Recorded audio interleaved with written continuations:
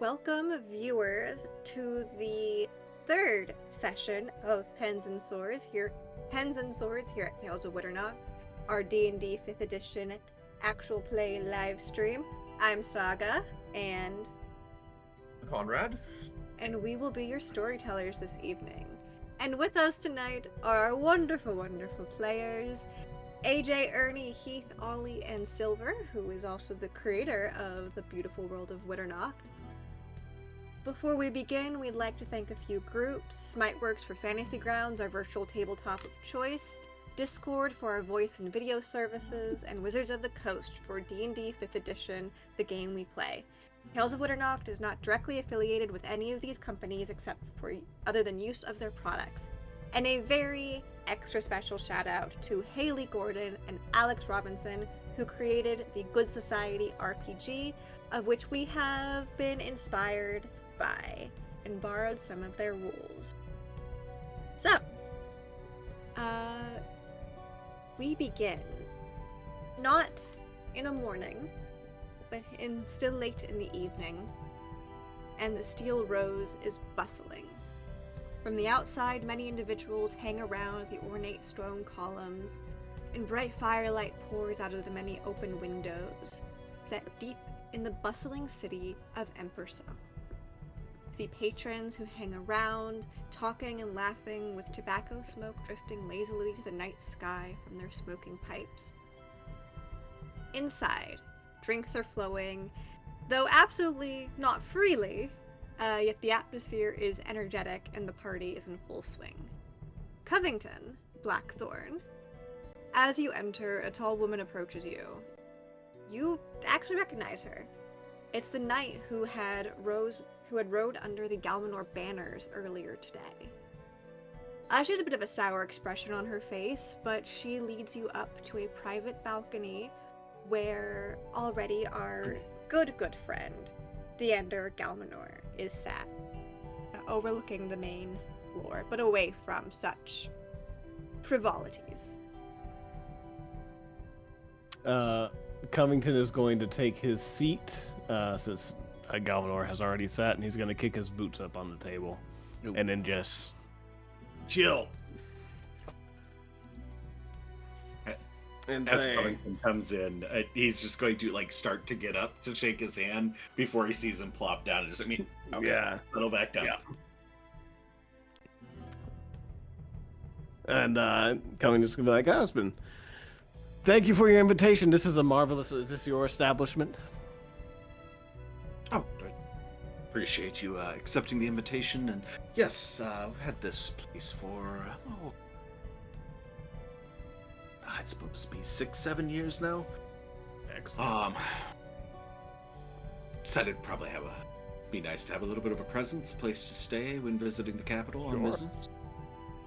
And was this where you stayed when you were delayed? Yes. It was late in the night when we made it into town, so it was a good place to. Must have some shopping. excellent quarters. I might have to check it out sometime. Oh, certainly. We can make plenty of room for accommodations for somebody of your stat. Absolutely. Well, I appreciate you having me here. I'm sure you don't just want to make idle chit-chat. So do tell me, what matters of business do you have in mind? Obviously, I have soldiers, you have brothels, I have merchants, you have inns. I'm sure there's a match to be made here. I hope we can find some sort of an accord. Suppose, best place to start would be, putting cards on the table a bit. Sure. As I indicated in my note, rumors seem to abound that we're already in business together, despite this being our second meeting. You know, I only heard that rumor just yesterday. It's a very interesting rumor to me. How do you reckon that one got started? More than likely, my best guess would be somebody else attempting to deflect a little. Somebody else. Who do you think that might be? List is long, but I have a few ideas in mind, but we can get back to that Sure. No rush. more conversation. I suppose you've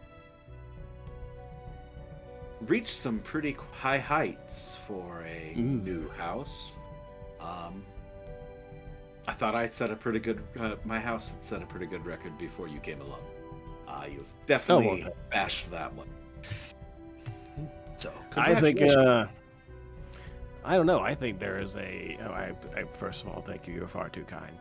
You strike me as a more straightforward man, so I would like to be straightforward with you as well.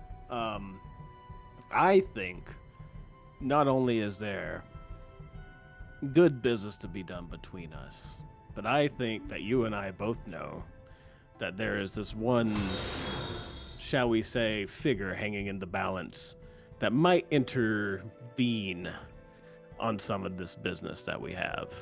And I think that, instead of bouncing around the issue of Lady Meloda, we should just address it head on. So tell me, what is your relationship with her? Oh. Known the family for quite some time. Obviously, they've come on a bit of hard times as of late. Again, rumors seem to abound that your family might have a little bit to do with that. Possibly. But I mean, it's hardly they a are rumor just if I'm rumors, sitting in their obviously. keep. Let's be honest. Yes, heard she was not going to make it to the tournament, and figured be gracious enough to accompany an old friend. So tell me this, since you've been in contact with her. Would you... I assume she's no fan of me. I wouldn't be a fan of me if I was in her shoes.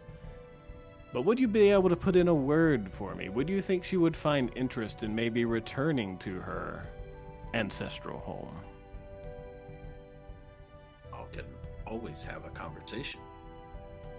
Because as it stands, I am just a lowly outsider. A fun, Well, short. foolish, gallivanting mercenary. I'm aware of that. I played a fool intentionally, just between you and me. We can get into that if you'd like. There are pros to that, and there are cons. One of the cons is not taken seriously. But if I had a regal lady of some esteem on my arm, maybe wedded to me in some fashion, I feel there could be a satisfactory arrangement for us all there. I know there's a lot to overcome. Again, I'm sure she doesn't like me. But maybe it's worth asking her if she is mad at the sword that cut down her house, or would she rather point that same sword back at the person who hired the sword? That's definitely a conversation could be broached. She would be a bit on the older end for you, but She would. I can speak from a little bit of experience, a little bit before my day, but marriages do seem to quell a little bit of the angst between two houses, so such a relationship might be advantageous. If you don't mind asking, I don't think so. But you mentioned somebody I who would is need- behind things. I would need someone to go between us, to smooth the waters, so to speak. I doubt that Lady Meloda would see my proposition as anything but a slap in the face. And I would need someone to intervene on my behalf and say, there's wisdom there. She can return to her ancestral home. Certainly it wouldn't be the House Meloda in name, but it can be the House Meloda in everything but name. I obviously wouldn't be abdicating my position, but there's no need for her to live in exile. And if there is a trusted friend between us, that would make it go all the easier. And let's be honest, if my merchants and soldiers and shipyards join forces with your inns and brothels and everything else that we have in this wonderful land, you and I own probably half the kingdom, third of the kingdom in some way, at least in the back alleys and in ways that matter. There's a beautiful friendship to be had there. And as you say, you know the family. I see no reason that we should be enemies. I as well. And I would be happy to broach the subject with Lady Meloda. Please do. I would volunteer the additional information of she is not the last. Is that so? Who else might there be? Lady Valerius be a niece, I suppose. A niece. Would she be more amenable of a marriage? Perhaps that could be the way to do it? Lady Valerius by marriage, so there might be some other obstacles to overcome. I think we stick with the unit, but of course, I genuinely hold no ill will to the House of Meloda. I am a mercenary. I cannot hold ill will to my hirings and my enemies. This is all business, nothing personal at all for me. I understand that those on the other side of the sword may feel differently, and that's totally to be expected. But I would welcome them with open arms to their ancestral home, so long as they do not wish to cause trouble. Very well. Sorry, I don't mean to accuse you of being evasive, but I did inquire a little bit ago as to there seemed to be some other house involved with wanting to see maybe a little more ill will towards Meloda. Forgive me for being a little bit more evasive. Certainly, I did not take on the contract of my own volition. I think anybody would know that about a mercenary. Mercenaries do nothing for free. That's well known. I would obviously know who's in business with me, but that is not a currency I'm willing to spend freely. If we can guarantee an alliance, perhaps between your and mine house, and if we can guarantee that the ladies Meloda decide to either return to your place or my place and be at peace and perhaps lend some authority to the House Blackthorn, I would be more than happy to discuss that currency.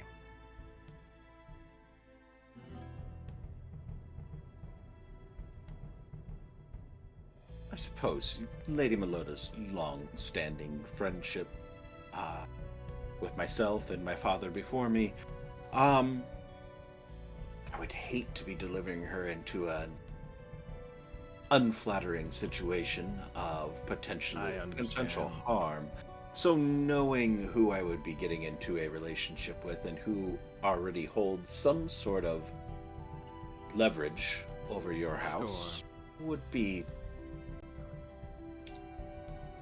a fair exchange of information in order to broker that. I understand your point. I am going to withhold for now.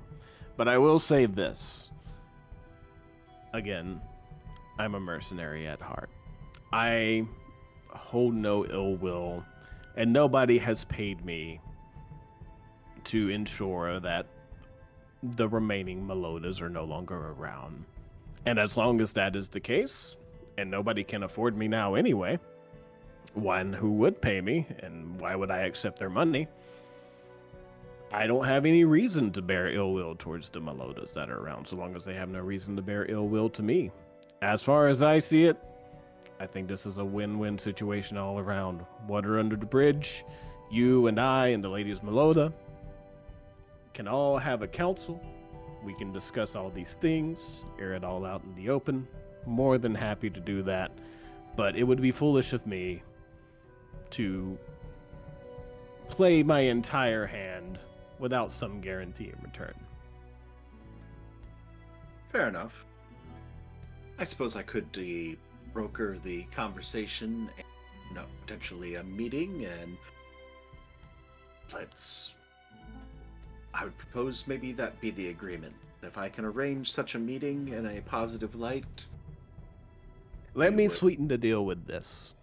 If the ladies, Melota, decide that they would rather turn the sword towards the person who hired me than turn their wrath upon the sword, there will be much booty and bounty to be split, and who better to split it with than my good friends at House Galmanor. We'll start simple. If we can arrange a meeting, you can kindly confirm House Patricia's backing of your house. I do not know where you've heard such a blasphemous rumor. I don't know that I would ever deign to say any such thing. But I would love to have a conversation nonetheless. Very well. Galmanor will stand up. Offer his hand. Covington will stand up, offer his hand. Take his... It's refreshing to do serious business. I so rarely get to do it these days, playing the fool as I am. It has its perks. It has many perks. I think you have very well played the part up to now. And I should probably resume my role. And at that point, Covington is going to shout out, "Barkeep! Rounds for everyone on Blackthorn!"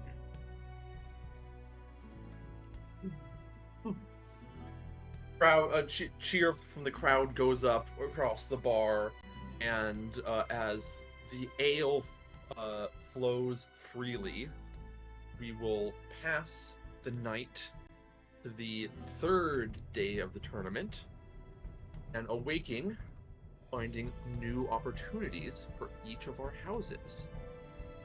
Start off by pointing out there have been a couple more reputation changes. House Harpus has once again elevated itself. They are now reputation level 5, so +2 to persuasion, deception, and insight rolls. And House Galmanor has also gone up in the world, raising itself to reputation level 4, so they will have +1 to all of their persuasion, deception, and insight rolls. While House Blackthorn remains at a 2, which is -1 to those rolls, and our other two houses are at the base level of 3. So this time we're going to be moving to our rumors phase, and as the rumor mill is really picking up and we're getting into the full swing of the tournament, each of you has the opportunity to make 2 rumors, or make 1 rumor and elevate a rumor that's already out there into a scandal. Court will start as a rumor that's spread around from, pretty obviously, Count Volusian Vodroma, commenting on how the Emperor is favoring House Harpus.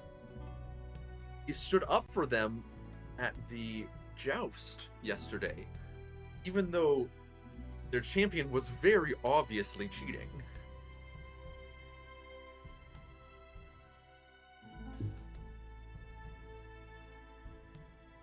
Who would like to go next as far as rumors? I have a question on rumors. I know, so this is a bit meta, and I apologize for that. Good. Is it possible to spread a rumor for the sake of the populace, the people? I know we're all kind of doing everything in the court here, and we want to be specific to that. So if no, that's fine. But to advance a goal in the court, would it be possible to spread a rumor to the populace? And I can text you guys on the side my idea if you want to approve or disapprove of that. Message Let it other to people go me while I do. to see what exactly it is, but I'm kind of leaning towards no because Okay. we are dealing with a very short time frame as far as the campaign, and then Right. This is definitely like if there is a reconvene later down the line, this is sort of thing. So I understand if we don't want to do that. still message it to me because if there's a way we can twist it into being part of the Sure. court, but Yeah, this is mostly court gossip. yes, I also have a question. yes. So Ernie. I was not here for the first round of rumors. Mhm. So we can start one, we can boost one, but could we use our own credibility to help sow doubt of the rumor? Yes, that is. Yes, you can also Okay. you can also quash the rumor and make it go away. The Okay, only thing you silver can't coin. quash is your starting rumor. So the one you Yeah. gave us when you started, you cannot quash that. Okay. And then you can't quash one that comes out this round. Not until next session. Yes. Okay. Yeah. So if there was one you wanted to take down from last session that you didn't like, you would absolutely do that. Let me review my notes here.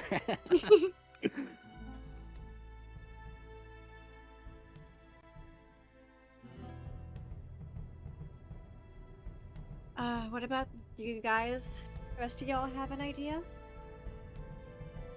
So we can do 2. You can do 2. Yep.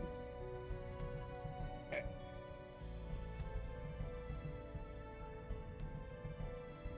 Dude. While you guys are thinking, or do you have one? I have one I'll float.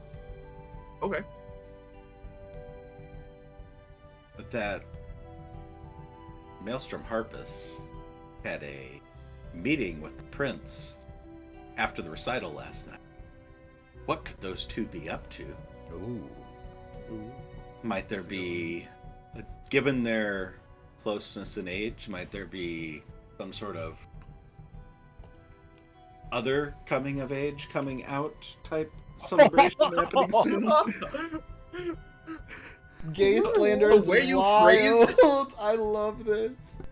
This saga The was way you phrased smashed. it somehow made it so much worse. It's not necessarily It's not the meant to be rumor. good. Oh yeah, no, Ernie. I know I pull the best faces in Yeah. this campaign. The gym It- locker room energy of that rumor being started. It's not what the rumor is, it's how people are talking about it. Yeah.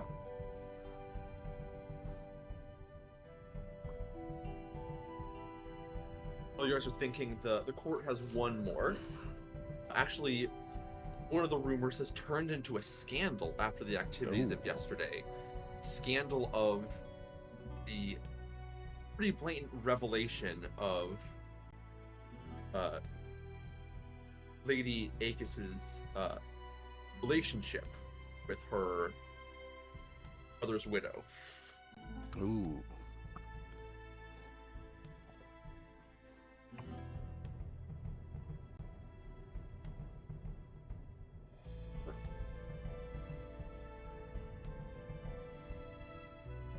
I feel like you should just make us roll to see who has to go.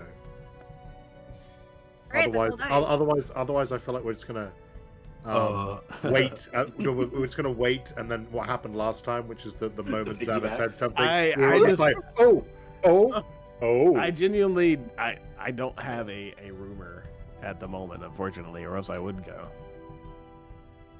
I still feel pretty neutral, and I don't think I've heard anything bad about. Oh, it me- doesn't have to be true. Oh no, but I don't want to be. I don't know, dude. I'm still pretty.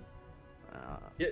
Also, just to be clear, because you weren't here for the last session, the rumor doesn't have to be coming from you or from your house. Right? It can be publicly you were the one spreading it, or it could just be something that kind of pops up in the gossip. If you don't want to have that kind of Galmanor is target on your definitely back. not spreading it as being that we're suggesting that first one, by the way. Yes. I heard for a rumor, after the horrible performance of the personal guard of the Empress Dowager previous day at the joust, the winner of the joust might actually be considered to replace the Empress Dowager's right hand.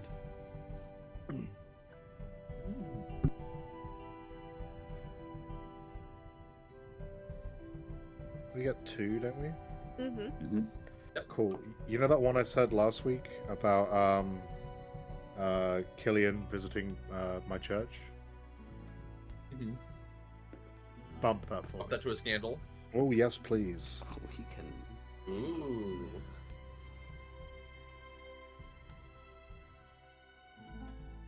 When he's not even here to do nothing about it. Oh, You, in fact, like, if to put a an interesting twist on it, just to add in the fact that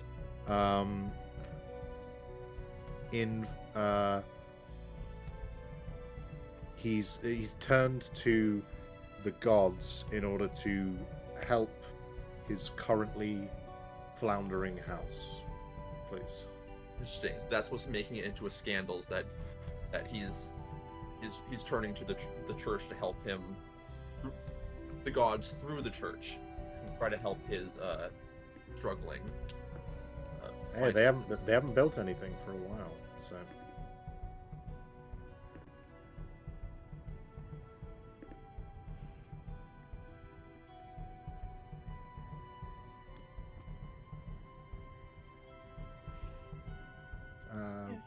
If no one else is gonna, okay, there you go. You got it. I would like to raise an existing rumor to a scandal as well. The rumor that the Emperor is falling out with his council is they're not necessarily getting along. There's a lot of miscommunication over the last day. I think that's become more and more evident, and I think it's only getting worse the longer all of this. What's going on is it might be the Emperor trying to maybe swap out or look for replacements in his inner circle, and that's why this is being held. Oh. Like I You have didn't a hear it from rumor. me though. Didn't hear it from me. that. Yes, Covington. My rumor is that Covington has caught the eye of Countess Camilla. She's been seen gazing at him longingly across the room on multiple occasions. Ooh. I'd say- I'm actually going to say, given what's about to happen in the letters phase, because I know, I'm going to actually say that the court ups that into a scandal as soon as it's introduced. Ooh. Like, oh, she has sent him multiple letters since like in the past month. Oh, don't worry. He has sent her a letter. And yes, exactly. I've been exchanging communication. Okay, can you repeat that one again? I missed that, Heath. The Countess Camilla has been eyeing Covington Blackthorn across the room, and there may be something more there. I love how. And they have been in communication via letters. I love how the main rumors are. So those 2 guys went into a room together. I wonder what they're doing, and you see them. Ooh, I wonder. I reckon those 2 as well. This is great. This is high Very school. elementary. I knew about those 2 girls from the get. I was the first one. Yeah, this one is 3. It's a lot of romance. Okay. Had to I come would into play at some do, point. As a burn a silver coin here, Ooh. to tamp down, prevent the turning to scandal on Akis, Prodroma, Patricia, or whatever thing there. Oh, Akis Patricia, yeah. yes.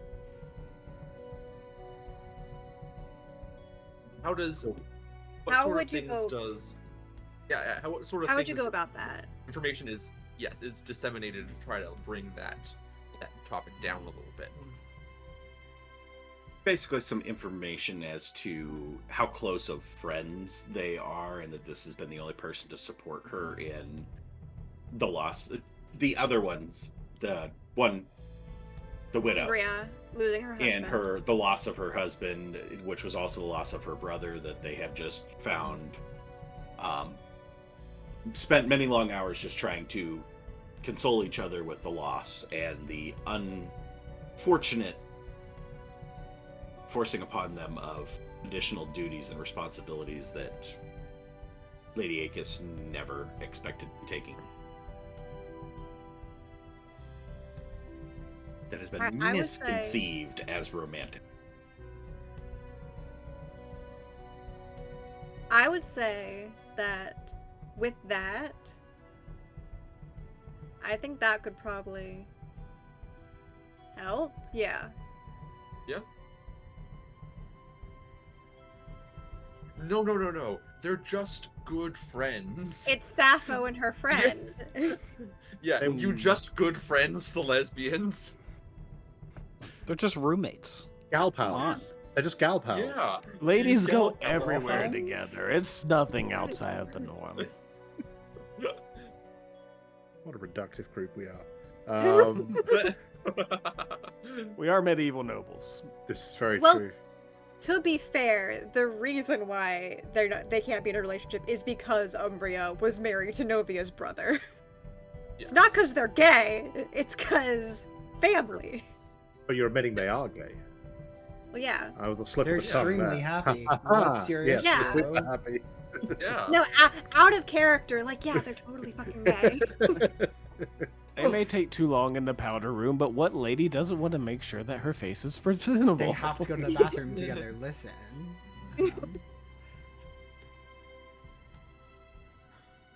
Fuck it, I'll throw like a fun rumor in. Okay. Imperial Mage Irene Prodroma. She used to be very friendly with Pius's father back when she was younger. Maybe 35, 37 years ago. You know. And don't they they had seemed to have a very intense conversation, Pius and Irene. But a very familiar one. You know what? I have a just for fun rumor. Just to see if Okay. it turns into anything when it plays out.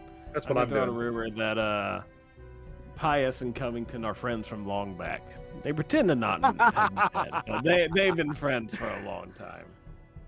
We're bros. We're bros. What are you Yeah. talking about? Did you see how close they were at the joust?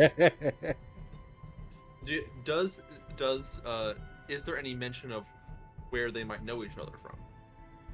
Oh, I mean, Covington's been all over the place being a mercenary, so he's clearly been in Pius's lands and met with the priest of various religions constantly. So clearly on a campaign, Pius was just ministering to his mercenary crew at some point, and they became fast friends.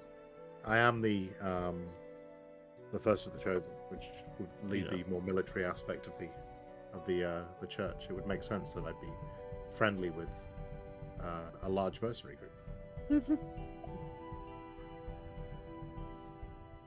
Okay, I'll add my second one. Okay.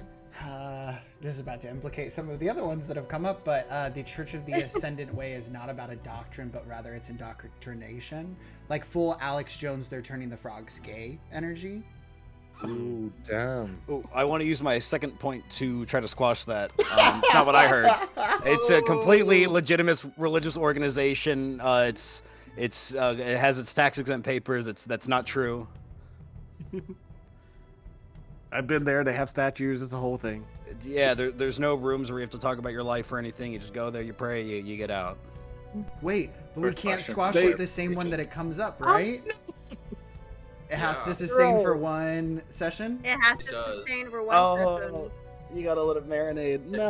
You can if it's we've been playing it is if you can stop it from going to a scandal, and we have been playing it like that, but you can't fully Squash it. What if you use a silver coin to kill it? Still can't go out this session. It has to Ooh, wait for a alright. session. You can raise it to a scandal if you like, if you want to You go the could other raise way. it to a scandal. Ooh, Just full interesting. tilt the other Yeah. way. Why not? Interesting. Double down. Yeah. Then I want to use mine to like protect it from being a scandal. I'll still put my reputation out on the line and say good So things you're gonna instead. guard it. Okay. Yeah. Okay, sure. Here, we almost got into like a counterspell thing there. I counterspell your counterspell. The stack. We almost brought the stack into this, and we can't. We Yeah. can't be doing that. We don't have time for the stack. All right. So, does anyone have anything else before we move on to letters? Any other? Right, if you want to add an extra rumor or quash rumor, an extra rumor, make an extra rumor to a scandal, this would be your time to spend a silver coin. Or if you haven't used your two, I think everyone did. Yeah. So would that Yeah. be so? Mine would be a silver coin usage, or that's the rumor end of So things. did you do? So you did the rumor about I just did the Um, two. It would have been two, yeah, that and the squashing the yeah, the one with Acus and then the one with Harvest. Yeah. So you yeah, didn't. those are- Oh, you yeah, didn't use a it's just silver two. coin. Okay, Yeah, so the there's silver just two coin that is you just if didn't you use. go above the two. Yeah. Okay. Yes, All right. the silver coin is to let you do extra. Because we try to be wonderful, giving DMs. Is it because we're chaos goblins and we'll tear each other down and give them the chance? Yes. No, that's like Yes. the fun part about like letting you guys just like try to figure out rumors together is because that's when the chaos comes out. Like you don't think that's on purpose? Come Not on. that Okay. So, does anybody, and I know a few of you do, someone does at least, have any letters you're wanting to send out? I think I will start because this letter was sent out last night as well. Leander, when you arrived back from the Steel Thorn, there's a small note that was slipped under your door. As you pick it up, it smells heavily of lilac perfume.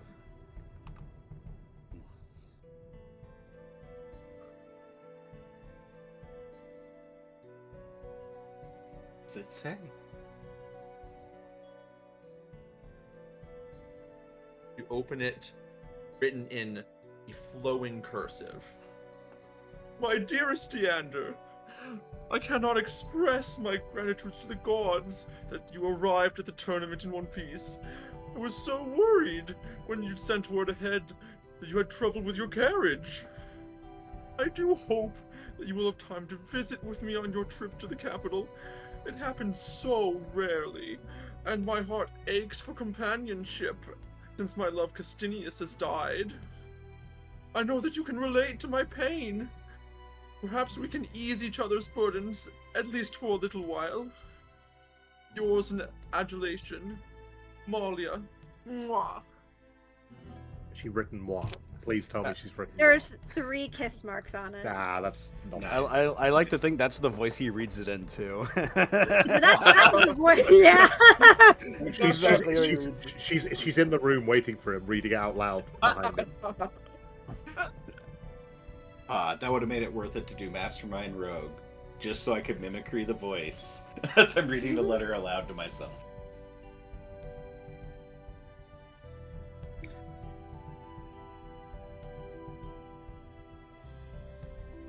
Leander takes the letter, burns it in the fireplace, after taking note of what was mentioned.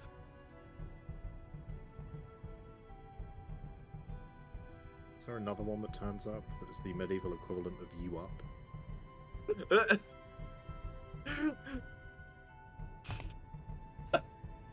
What are you wearing? 15 layers to keep warm. Something that shows my ankles. The skin of my enemies. Oh, Alright. But also, that same night, Baron Blackthorn, as you return to your suite at the Imperial Palace, you also have a letter awaiting you. Alrighty. Yeah. To the brilliant Baron Blackthorn, I hope that you have been enjoying yourself at your first tournament over these past 2 days. You've made quite the impression on all of those attending, and despite beating my dear husband's grandson, I would like to offer my congratulations to your champion, Sir Ironhoof, for his winning the joust. I regret that we haven't been able to have a proper conversation, and I intend to rectify that mistake. I would be honored if you would grace me with your presence at my parlor later tomorrow for some music and light conversation. Eagerly awaiting your reply, Countess Camilla Othos. Blackthorn is going to pen a letter in response. He's going to say, Dearest Countess Camilla, it was a joy to receive your correspondence. Your radius adds light to every room you enter, brightens the sun in the sky, and enhances the beauty of every moonrise. It would be my honor to enjoy your luminescent company this afternoon in your parlor, or even whenever it was. I look forward to the occasion with bated breath. Yours, Baron Blackthorn.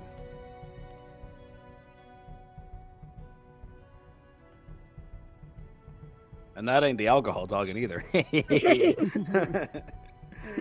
P.S. You up?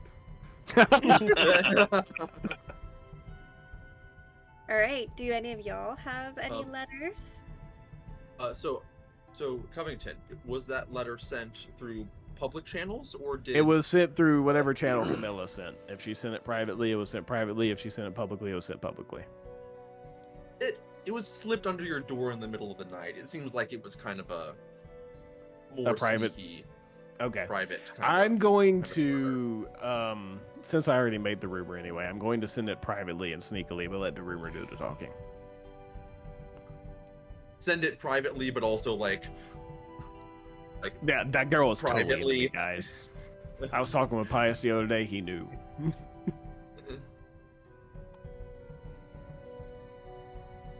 Does anyone else have Yeah. any letters?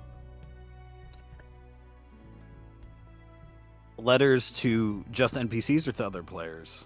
It can be To to anybody. NPCs, to players, to anybody. Okay. Yep. Then I want to send out a letter privately to Lady Erin, because we had met earlier that day, correct? Mm-hmm. You guys have been exchanging letters, and you guys have had you had a conversation earlier on the. That would be in the day of the second session. So. Mhm. Yes. Um, During the joust. Mhm. Then I would want to just send her a private letter thanking her for her time, her very busy and hectic schedule to even entertain the idea of. Oh, I don't want to glaze too much, but just thanking her for her time, and if that we could maybe have another chance to chat again to discuss the business. This letter is very as straightforward as an Excel spreadsheet. There's no romantic subtext. There's no any way to interpret it other than, like a cutting board. Yeah, very straightforward. Nice. If we could meet again, then all the best. Anyone else? Yeah, I'll go ahead and Yeah. send one. Mill's gonna go ahead and use his magic item, which is a documency satchel, to go ahead and send a letter directly to his father. He's gonna go ahead and wax seal it. He'll do all the accoutrements that go along with that, but he'll give a little bit of an update. Go ahead and say, Dearest Father, this celebration has been splendid. The entrance of House Harpus is talked about even days after the presentation of courtly entrance. I hope I have done you proud. The networking is second to none amongst the nobility. I've rubbed shoulders with some wonderful new money and forged some contracts to further our service to the Emperor. This enjoyment is not without worries, though. Honeyed mead and honeyed words keep the days palatable. A group of young nobility accosted me the other evening, speaking their childish wishes of change. Their lack of prescience spoke volumes about their plans before the first words of utter dissatisfaction were mentioned. Their juvenile in intent, there was mention of their ally, Imperial Mage Irene Prodroma. With a deeper extent than I can currently fathom, I default to you. I represent our house, but to a further point, you. Please respond with your opinions so that I may make a more informed decision among the battling ideologies of the Emperor's court. Know that the education of all Marillions is still at the forefront of my mind. One Miguel of House Leon asked about musical tutelage for his niece. I had a riveting conversation with Baron Deander Galmanor, who has a bardic education as well. Thank you for this opportunity, even if it was not the original intent. Your blood and song, Maelstrom Harpus. Nope. And he will not put 3 kisses. And how many kisses will he put? None. Just a delicate caressing as he puts the wax because it's on his ring. Yeah, I have a letter. It's a shame because I was really hoping that Xana would be here because I was going to bang that rumor up and then send him this letter. Of course. Oh no. Next, Which Zana's supposed to be here. perfect. I'm going to have it delivered in public by my spiritual advisor, Maneo Cadwal, wearing the most obvious robes of vestment that you could possibly have, to Lord Belarius' chambers. And the letter reads as thus. Dear Lord Belarius, it has recently come to my attention that you've been seen at the local church of the Ascendant Way. I was, though somewhat surprised, delighted to learn you were amongst the Ascendant priests seeking to learn the ways of Olwyn. To have someone of your stature as a member of our group can only help reacclimatise your house with the general populace, given the difficulties you've suffered since the dreadful events of recent years. But far be it from me to comment on mere speculation regarding a predisposition for an inability to reach completion of a contract. As a member of the church, we would be happy to offer you work in Cloudbrook. New dwellings need constructing for the incoming faithful who flock to us on a daily basis. Surely, you would welcome those who share your beliefs to help construct wonderful things that would make the gods proud. I would invite you to call upon me at your earliest convenience, with a time and place to meet so we can discuss matters of faith and financial gain. Please also feel free to meet with my spiritual advisor at your leisure. Yours sincerely, under the eyes of the gods, Pius Talisker, Fidei Defensor, First of the Chosen, Right Hand of the Patriarch, the Light that Guides, and Praetor of the End Times. Postscript. I have included some wonderful pamphlets, which I hope will help you with your walk to the end. These include Olwyn, a gentleman and a gentleman. The Church, an ascendant way to a brighter light. So, you've seen the light, a guide to your first steps on the ascendant way. And Cloudbrook, the meeting place of gods. Which also has a map showing the scope of Cloudbrook and the amount of faithful there actually are. This is the prequel to Alfred's Infernus pamphlet. Yes. This is where it began. Oh, I love that so much. Ollie, you gotta message that to us so we can get it to Zana for next session. I believe that leaves Huffington and Deander. Mm-hmm. Do either of you have a letter that you wish to send?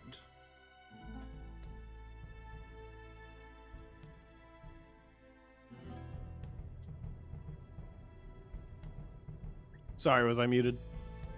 I guess. Yeah, coming to his account is Camilla. Okay. Well, because that was your response. You also get. Your response. Oh, well, another I was letter. going to send one to counters Camilla regardless, so that Okay. was Okay. how I really had That's planned. fine. Hey, double tap. I mean, why not? I mean, I'll just send in one that to case- Pius and say, what's up, bro? I'll just be like, not much. You? It was great hanging at the joust. Hope to see you again sometime. For sure. We'll kick it at some point. Yep.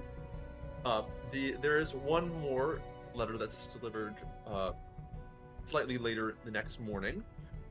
Less of a letter and more of a calling card.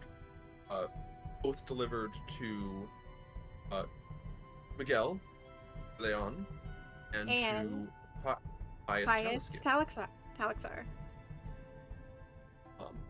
And a it servant dressed in the house livery of of the royal family both gives you a small, very beautifully decorated card. That reads, Lady Erin Castor cordially invites you to a luncheon at the South Wing Conservatory.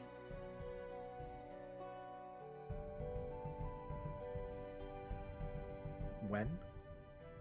It would be this afternoon, so it would be, let me check. This It would be actually right after, it would be not long after the wine tasting. After one. Yes. But before Yeah, we don't- archery and Go ahead. the horse race. Mm-hmm. Yes. Okay.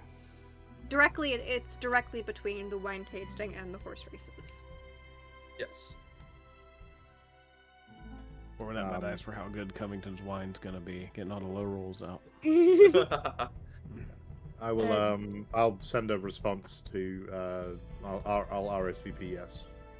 I will also RASPECT, I will RESPECT. She will find out what it means to me. You just reply, you up? No, not to Lady Erin. No. P.S. What morning. are you wearing? This is an aesthetic question, not the other kind. PPS. Maybe it can be both. Deandra, I think that just leaves you.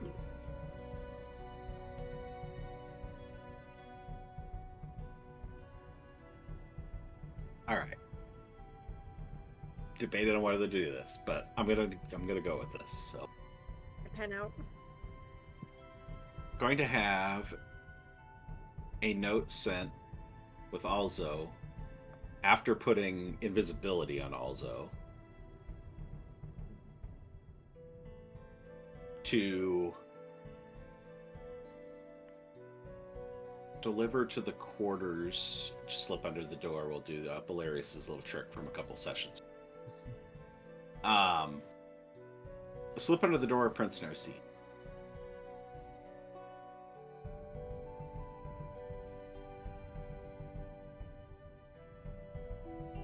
And it just says, I know what you're doing.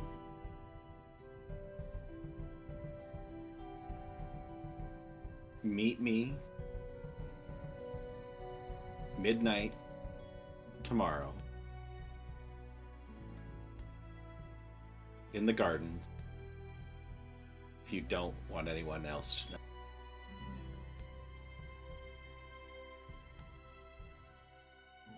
Did you just? I know what you did last time, Does- the prince. Except for I don't really know, but I was gonna say it does Deandra know what's going on, or is he just like well, if you want to Putting say that I out know there what's going and- on, that'd be awesome. But I clearly would have no ability to have known what happened. so you're Anywhere. just testing You're just- the water and casting a hook and seeing if you catch anything. Potentially. He's calling the prince a little lad who likes Huh. berries and cream. Make a Intimidation. no. I know it's written. I would say I know it's written, but go ahead and make an intimidation check. Yeah, that's very intimidating, especially in Yeah. written form, I think. Yeah.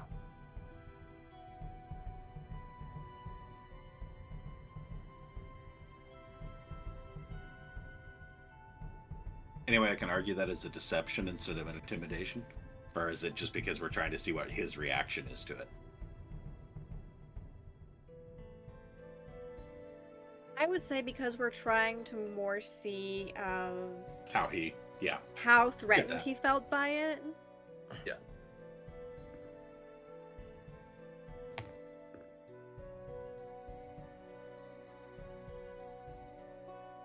That would be a lovely 9.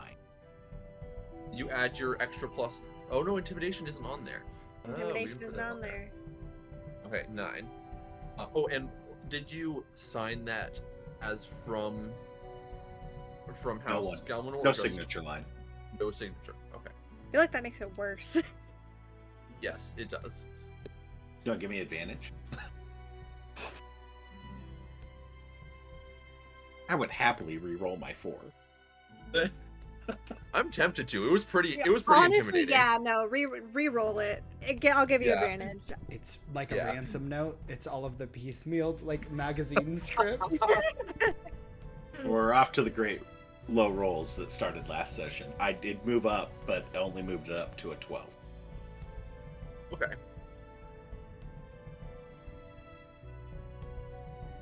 I mean, I was going to say, amusingly, the roll only shows at what age someone would be intimidated by the note.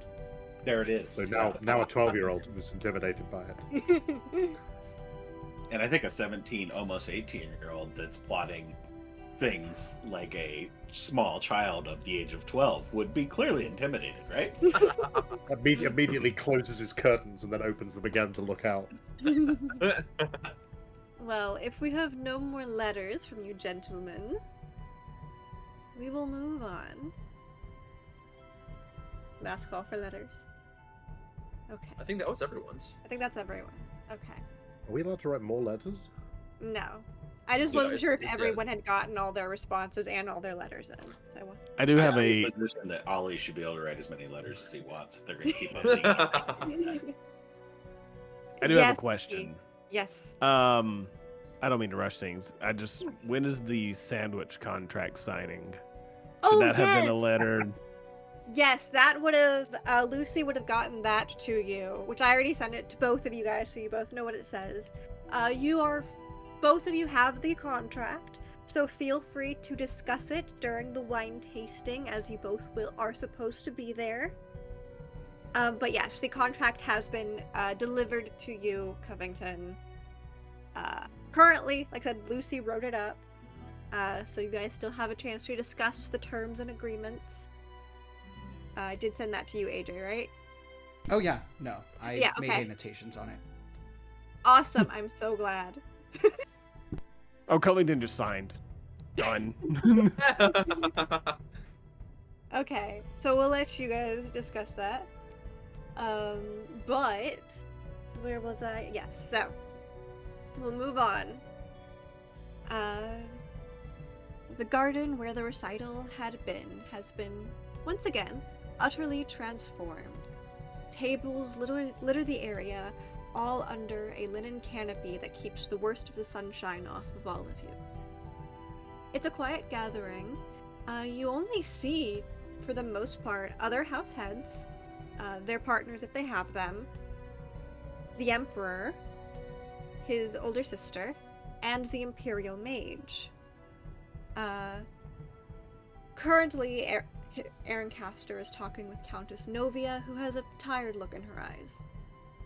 The Emperor is near the table that is currently stocked with the various wines that are being served. Servants walk about with fresh slices of bread, some with butter and honey, some spread with olive oil and goat cheese for you all to snack on while you drink wine and socialize with those of your own standing. As you all are kind of finding your tables and starting to get your plans of who to go talk to, you watch as Count de Velseverus walks through the gates from the doors from the ballroom. On one arm is his wife, Countess Eugenia, and on his other is his sister, Lady Umbria. The more perceptive of you would notice that Count Prodroma gives a huff and a shake of his head. How perceptive? What's all of your guys' passive perceptions? We'll see about that. 16. 25. 21. So, males, was yours just 10? Yeah. Yours- Oh, yeah. Yeah, everybody but Maelstrom notices. Nice. Who does he have out? At Lady Umbria. And Lady Umbria, okay. But yes, so you all, not only are you free to discuss amongst yourselves, amongst the other house heads, but the Emperor is also just right there. Any of you would like to approach? That's probably why Mail didn't notice the huff. Is he's focused on... You said it was the Emperor it was Aaron, and who else Mhm. was there? Like Uh, initially? Irene Prodroma, And the count, Irene. the Imperial Mage. Okay. Imperial Mage. You would also notice that while Maricia Larius is present at the wine tasting, her husband is not.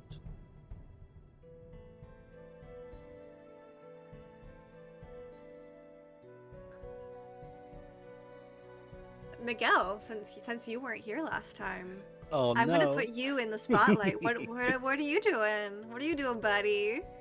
I was doing some sneaky shit last time, so now we're out here in the open. There was not a lot of people out here, right? There's just who we see and all Yep. of us. So there's it's you guys. Yeah. So house heads. It appears that mostly just the house heads and their spouses were invited to this. Like none of your people are here with you for any of you. Oh. It's just like house heads, the top of the top, essentially. Okay. Mia Sposa, she did not get the letter. I am going to waltz over to Pius. I want to outreach and shake his hand. Hey. You are? Good morning. Yeah, it's a pleasant morning indeed. It's good to see you. I missed you yesterday. You didn't see hide no hair of yours. We saw funny. We saw each other at the meeting with Lady.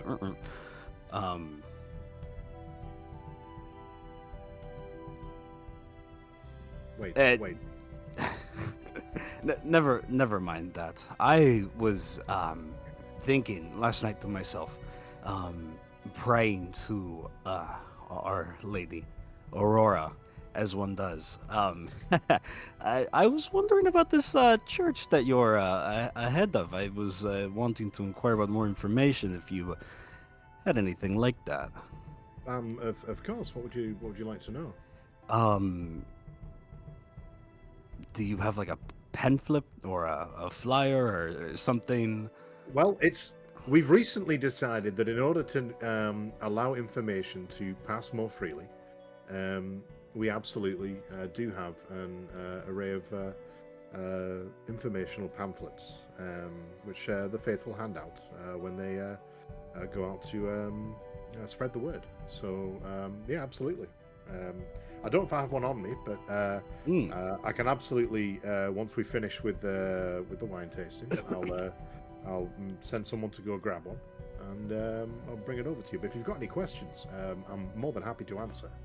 Well, I did have something that was scratching my brain just a little bit. The church is having a little bit of trouble recently. No? Well, no. Honestly, people are flooding in. Our numbers are great. The morale is as high as it's been recently. Is that what? Have you heard different? That's worrying. Oh, well, I mean, I don't know what I've really heard about anything. I was. How do I put this? I'll put like a hand on your shoulder. I'll just be like, no, please feel free to speak your mind. It's all information should come to the light. Indeed, all people should be coming to the light. All types of people. How many members of your church would you say are of the not human persuasion? Well, we've never turned anyone away. So it's difficult to tell. We don't have like an overly accurate like census per se, but like I said, no one has ever been turned away from the faith. If what people choose to believe and how they choose to spend their lives is surely their own choice. It's the person that matters. Indeed, very beautifully put. You know, we can't choose who we love. We can't choose which gods to really worship, it's almost as if they choose us, you know. Oh, I could understand that. Absolutely. I mean, as like a selling point, you could even say the Ascended Church, all are welcome. Oh, they are. And I'll literally I'll pause and I'll just be like, everyone is welcome. No matter the circumstances of their birth. Human or non-human. Why should that matter? It doesn't. But I just find it very hard in the Marillion South. Things get very difficult. You know, people aren't very accepting to elves with their pointy ears, or you know, fire hearts with their hearts on fire. It's just a shame that such people are turned away by people like us, you know, here who stand at the top. It's I'm very much of the belief that the people who are in a position to make changes should do so for the betterment of all, rather than for the betterment of some. Indeed, very beautifully put, Father, Papa. Cardinal, but to you, my friend, just pious. Indeed, friends. I was wondering if, like I said, we've been having issues with a lot of non-humans being accepted. It's not just a regional issue. It's a very big picture issue deal, and I was hoping to make waves and reforms to maybe break that stigma. And I was wondering if such a unifying factor is religion in the church. It would be a point of pride to be able to use the church's considerable reach, financial backing, and manpower to help with any such change. And all such words I also wield. If there's any financial backing or any help the church needs with interspecial outreach, the House Leon is very interested in backing such endeavors. That's interesting, because we've been considering more churches further south, and maybe close to House of Leon would be a good place for us to establish one. Now, I do have to let you know, House Leon is very indebted to the Lady Aurora. We would never in any way stop anybody from worshipping how they choose to worship. It's not our place to stop people. It's our place to allow more to worship in a way that they are comfortable with. It's Alwyn met with all 6 of the gods in his life, Aurora being one of them. There's no reason why belief or worship of one god would stop you from understanding the power and majesty of all. The beauty of all of them. Very, very beautiful. Very, very beautiful. Just, I mean, even being alive and looking at the world and how beautiful it is. All these people here, how beautiful they are. How we all come in different shapes and sizes. And he'll kind of like emphasize the size kind of thing. And, you know, colors and horns, tails. It's and like I said, it's a shame that, you know, they get treated like secondhand citizens. But I mean, even if having such a unifying factor as the church, I feel like we can change more people's minds and see that we're all not so different. Everyone's red on the inside, my friend. You are very, very prescient in that. Everybody is red on the inside, and it is one inside that counts. Indeed. And not just, you know, the beating parts. I mean, the soul, the beauty in each person. Exactly. But if there's anything that House Leon can do to maybe help this expansion and this outreach, you have our full support, and if there's any money, anything, I mean, please, we're not one of the wealthiest houses for no reason. This is it's glad to meet somebody who understands the necessity for the embracing of all, and I will make sure that when I next speak to the Ecumenical Council, let's just say I may be in a position to fast track that church. We will be there with shovels and big scissors to break the ground. And I do have a meeting with Lady Erin later today that maybe she also shares this ideal. And I'll pause for a second and just say, right after this. After this, it's before the horse races. Yeah, at the. I'll just like I'll just be like in the what was it, the south side? Yeah, south conservative like I can't read my own writing, I apologize. Oh no. It's the south whatever it is, that place. I'll just be like that place. No, it appears that it appears we maybe have an opportunity to break bread. It seems the gods have put us in each other's paths for a good reason. Pious. They often do.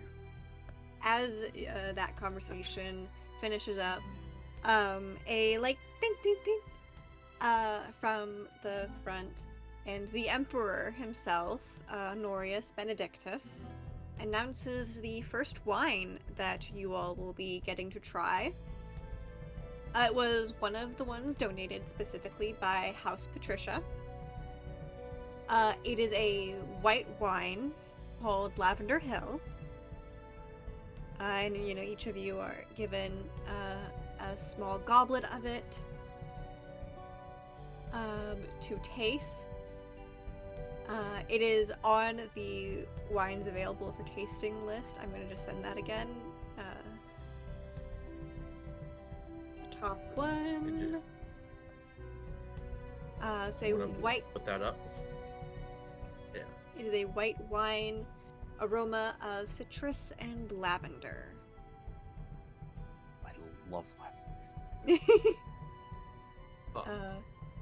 But you guys can go back to talking. And it would be now that you would notice that the Emperor is actually the one here leading the wine tasting, and seems to have personally put it together. I think with that kind of finishes the conversation.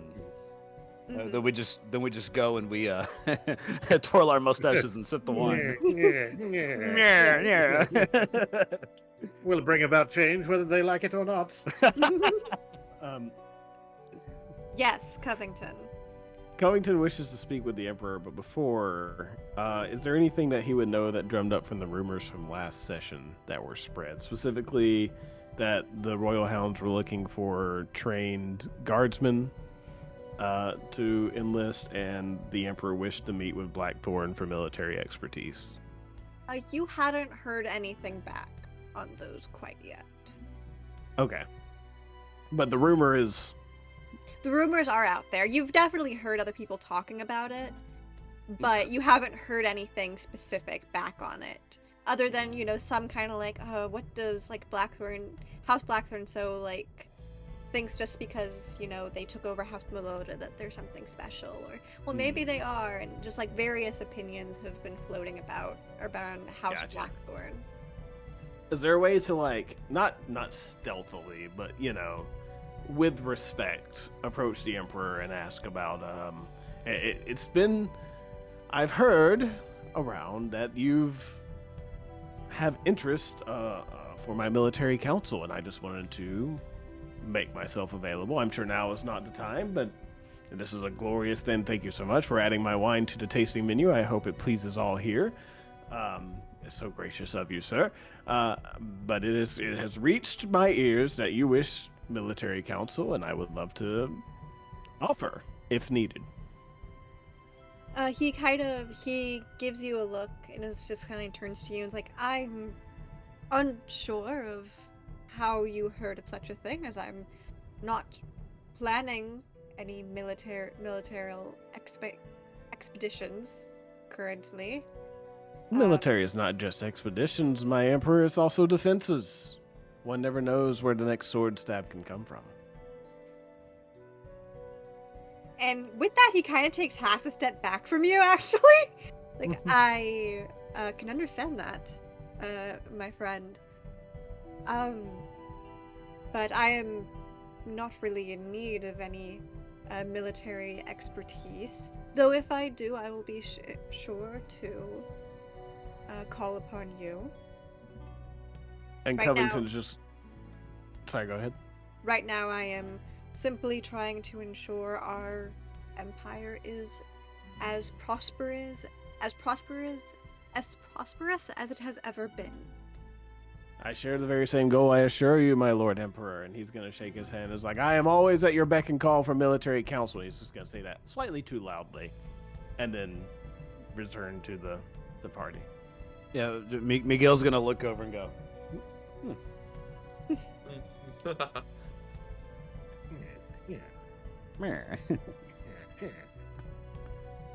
Were we given the wine tasting menu? Or is it presentational in the manner of they're bringing up each in turn? They're bringing up each in turn. Okay, cool. Yeah.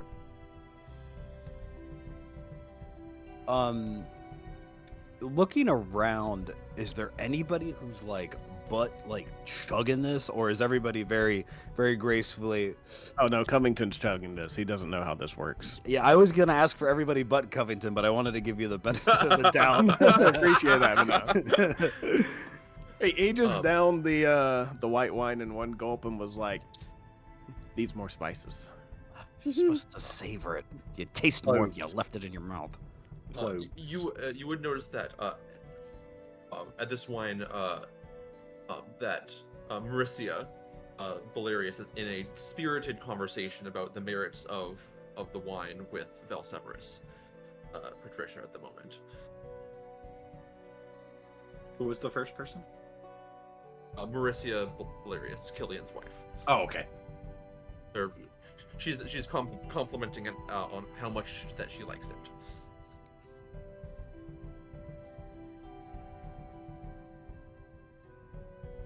Yes. And this is out in the gardens, correct? Mm-hmm. It's all under like a linen, like canopy overhanging. Very garden party-esque. Okay, so we're pretty close quarters with everybody, so... Yeah, relatively. Yeah. Okay. Mail is gonna make his way over towards Covington after his proclamation. And just say, Yes. Good morning. I do believe that we still have to talk about a contract between the two of us. And Covington just like, after chugging the wine, man, I don't know if there's cheese or whatever, he just got half of it in his mouth. He said, "Oh, Meryl, my good man, I like your style. Please bring, I have my copy here." He's going to pull out like this way too crinkled version of the contract. I've already signed mine. I hope you don't mind. No, it just means that we're going to have to look over exactly the underwriting and if there's any recommendations or annotations that need to be made to the agreement. That sounds like a wonderful idea. I'll let you lead the way. Well, I was actually going to say I would love to offer my counsel in another sense. Oh, please. You seem like a very energetic individual, and being that we have members of the upper house nobility here, I thought that it might be nice to help you out by ingratiating you to the Emperor, though it seems like you have already made quite a presence there.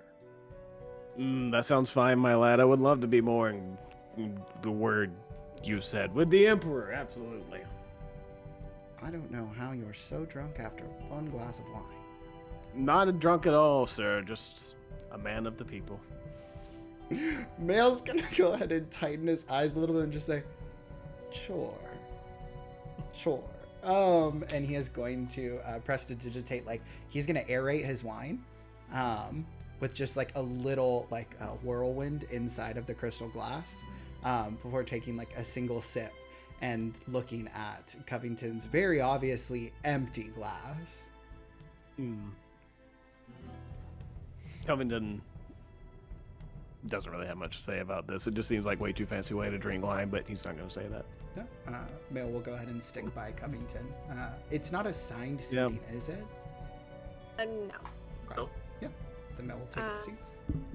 And as you do that, oh, go ahead.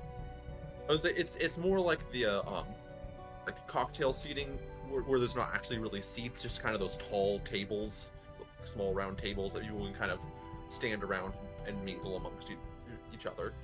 Yeah, not jumping up on top of one of those to sit. So. Yeah. But as you do that, the next wine is announced and served. The crowning of Castanus, and with this, the Emperor actually has a couple things to say. He steps up with a goblet in hand. As you know, it is tradition in the Maurilian Empire, in the House Benedictus, to commission a wine upon the crowning of a new emperor. That would be served in the 25th year of the emperor's reign. And though my father did not make it to such a milestone, I chose to serve this to you all in an honor of his memory, and hope that my reign shall be of a more lasting impression and not end so soon as my father's did. And so the crowning of Castanus. Is that like a toast? Could Covington like raise his glass and hear? Yeah. He's gonna. Everyone else is a bit more like polite about it, but like you can do that. Yeah. And it is a red wine with rich notes of plum and earthy undertone.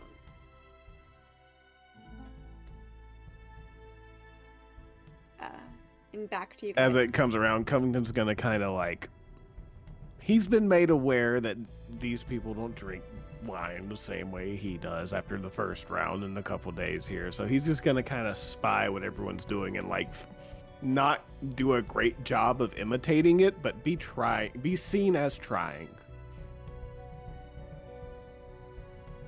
I pointedly, before I try this wine and dedicated to the previous emperor, I sort of bow my head in prayer. And I'm sort of mouthing a prayer to the previous emperor, and just wishing him well in the afterlife. And then I'll drink the wine.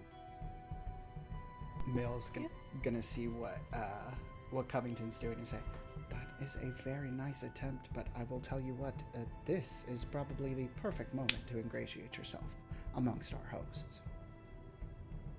And how would I best go about doing so? Mill's going to hook Covington's arm. He would have like sat there, like the conversation that he was having just a second ago. He would have tried to like pan over just to make sure that he could like hook arms, and then he is going to take Covington with him over towards the Emperor. Covington follows. He has no reason not to. You said that it was Irene, the Emperor, and Aaron, kind of all three together. Aaron has kind of been like wandering more through the crowd for a little bit. But right now, yeah, it's the Emperor and Irene are up there together. Perfect. Yeah. Mill's going to go ahead and hold up the glass, which he hasn't taken a sip from yet. And he is going to look through it towards the Imperial Mage and say, "It's kind of crazy. I mean, if this is the crowning of Castanus, you were there for that, weren't you? The both of you were." And he'll look towards the Emperor and Irene. Irene will give him a look. I mean, I certainly was. The Emperor was quite young at the time, to be fair. Respectfully, I was not conceived yet when my father was crowned. Oh, well, for not being conceived, this is a beautiful, beautiful coloration to this wine. I mean, I feel bad even sipping it. And he'll go ahead and like lean a little bit more on Covington.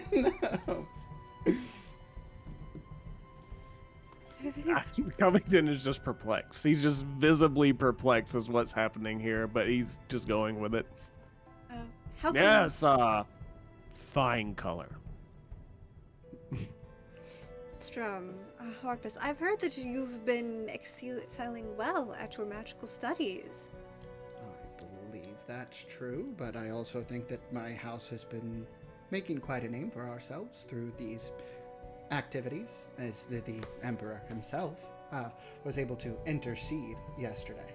It is much appreciated. And he'll hold up his glass kind of in a toast to that.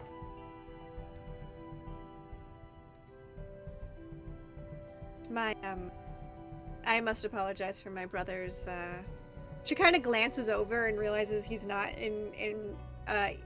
Count Prodromus not in earshot. His attitude, so to speak. He does not take losing easily, sadly.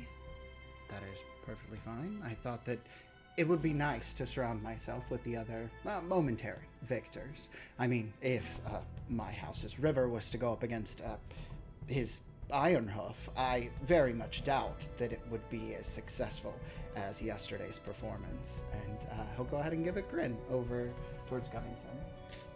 Covington is just gonna be like, oh, that reminds me, we were supposed to have a meeting with young River. Indeed we were, and that is still to be scheduled, but I just wanted to go ahead and express my gratitude personally for the fact that you made such an honorable choice in creating a wine in the name of your father. Covington echoes whatever. He's following Harpus's lead and ingratiating himself. The Emperor replies, well, it was made when he was crowned, so it is not on me.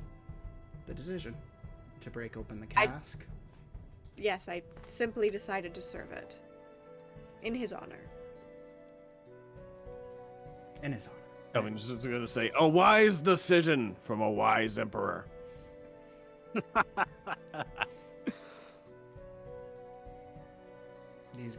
Mail's gonna gesture to see if the others will toast alongside him, since it seems like Covington is very eager to toast as well. Irene and Honorius being right there will toast with you. Though both of them look equally confused. Yeah. Mail's just going to say, I just wanted to say that piece. I hope that it isn't too much of a bother, but it does seem like you are majorly unaccosted by the other patrons here, so thought that it might be nice to go ahead and share a little bit of conversation, and there is nobody more enjoyable to be in the company of than my friend here. Oh, thank you. That's very kind. I have, you are right, surprisingly have remained unaccosted, as you so put. Though I do not mind seeing everyone enjoy the event and each other's company. I was hoping this could foster a bit of closer relations among the various heads of house. Hoping to bring in a new era to the Empire. Of one of prosperity, of kinship.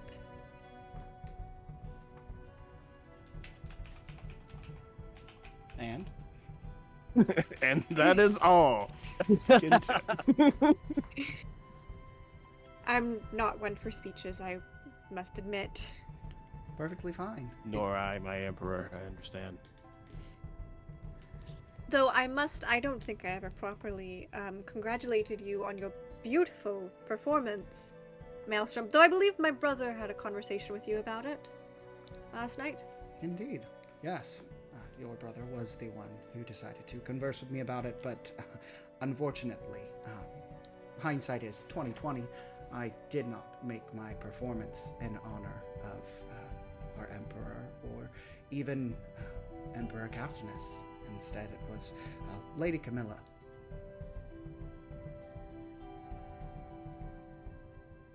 Your performance was in honor of my step-grandmother. Of course.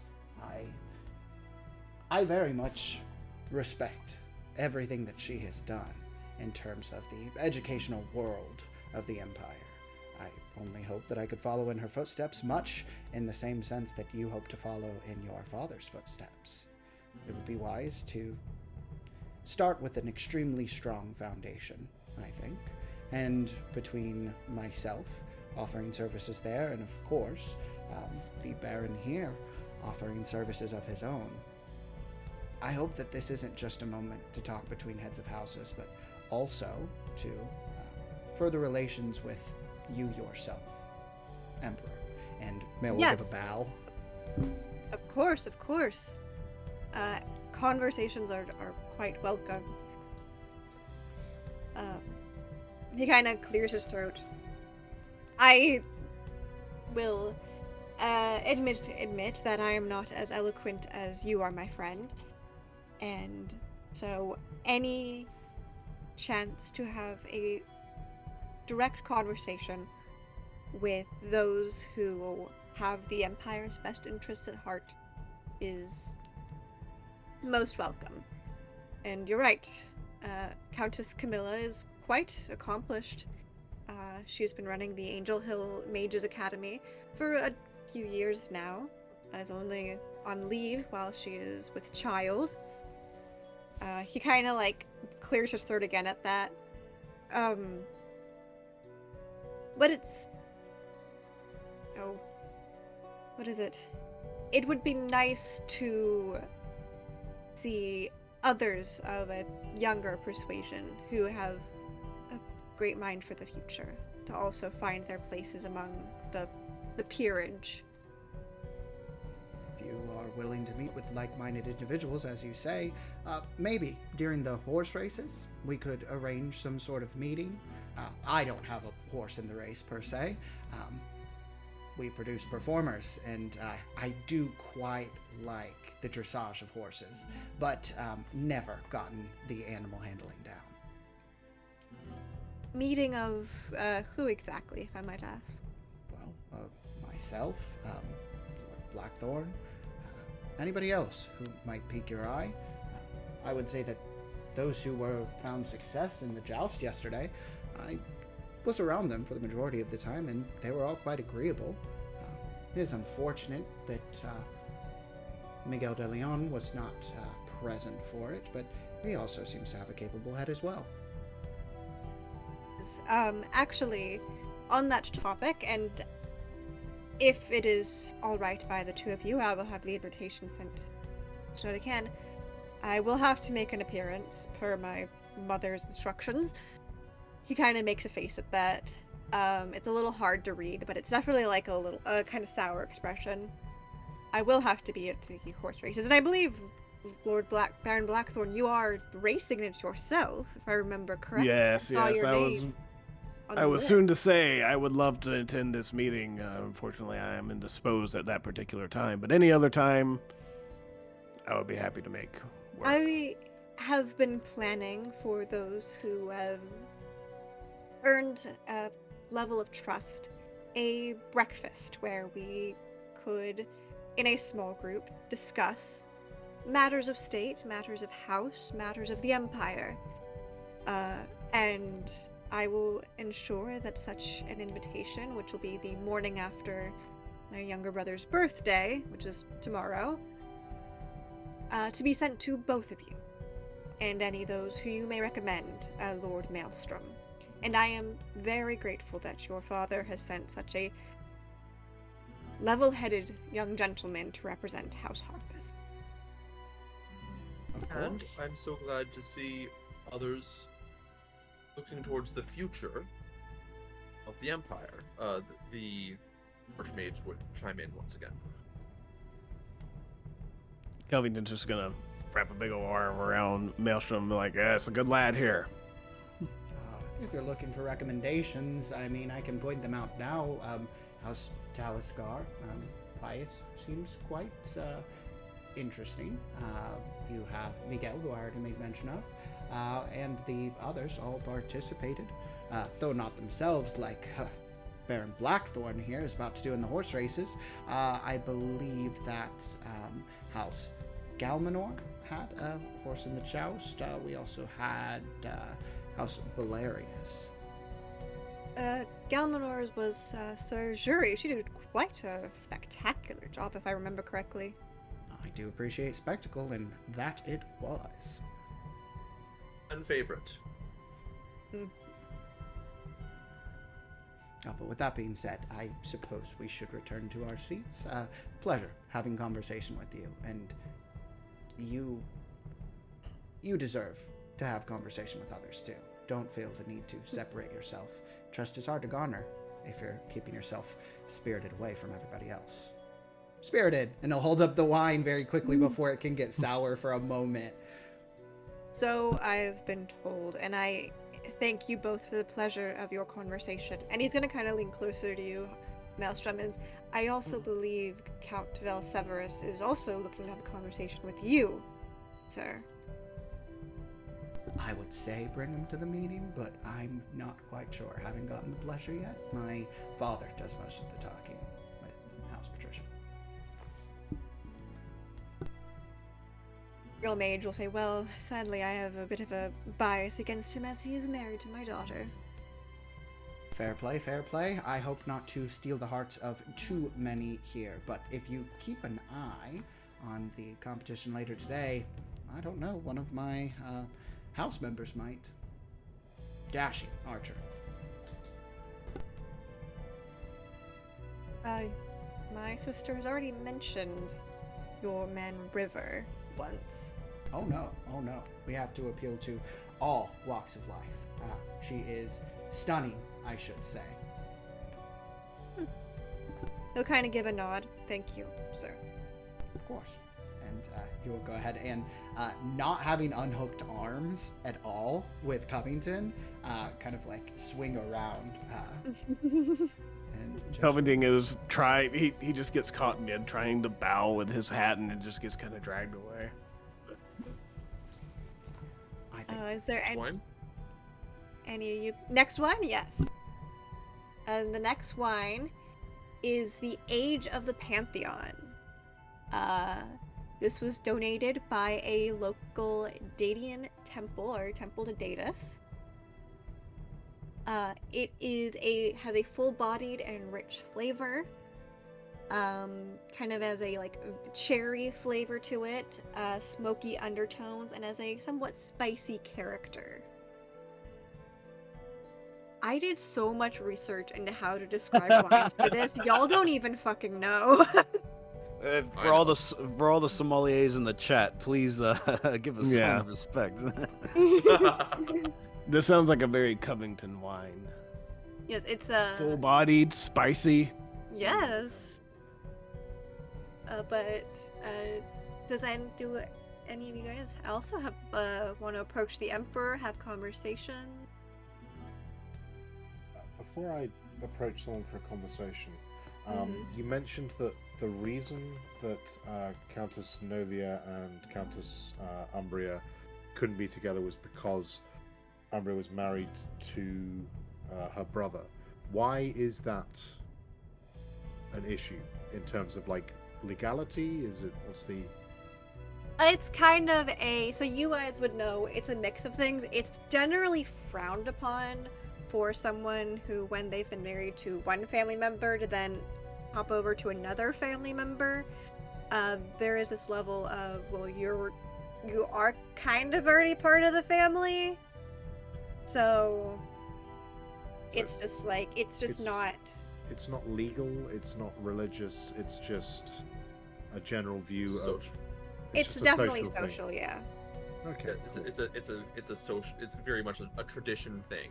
Yeah. That's very frowned upon. It's family. At this point in time. Family in the Marillion Empire is like kind of a very like close-knit thing. So the idea of like, oh, you were married to one family member, now you marry another, that's really fucking weird. but it's the nobles here who perpetuate that kind of view, which is then reflected amongst the civilians. Yes. Yes. Perfect. Yeah, I'd like to approach Countess Novia. Great. She is kind of keeping herself away from the a little farther away from the others. She is this quite tall and very muscular red-headed woman, and she kind of gives you a I'd bring over slight this wine. I bow. don't know if anyone's been bringing like the wine over.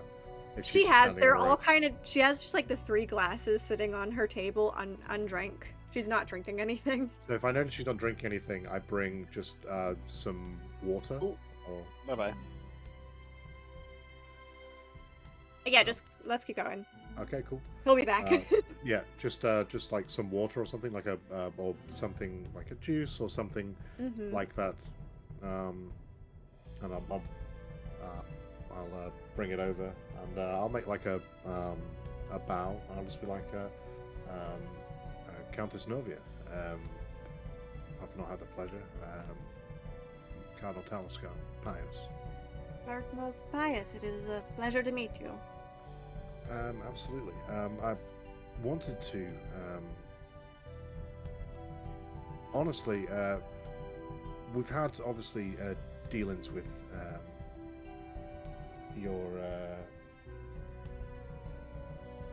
brother in terms of things to produce for the church, but obviously ever since his passing and the awful things that have befallen the family, I thought I'd take the opportunity to come over and essentially extend my condolences to you. He was a fine man. Paladius was more suited to head of house than I was. So were all 3 of my brothers. And she's gonna kind of. Yeah, clear his throat. There's a certain kind of person who thrives in these social kind of events.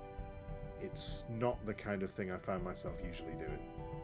And in fact, if it hadn't been from the Emperor's invitation, it's rare to find myself in the capital. Same to me. I was mostly. I've done my best. I have good people by my side.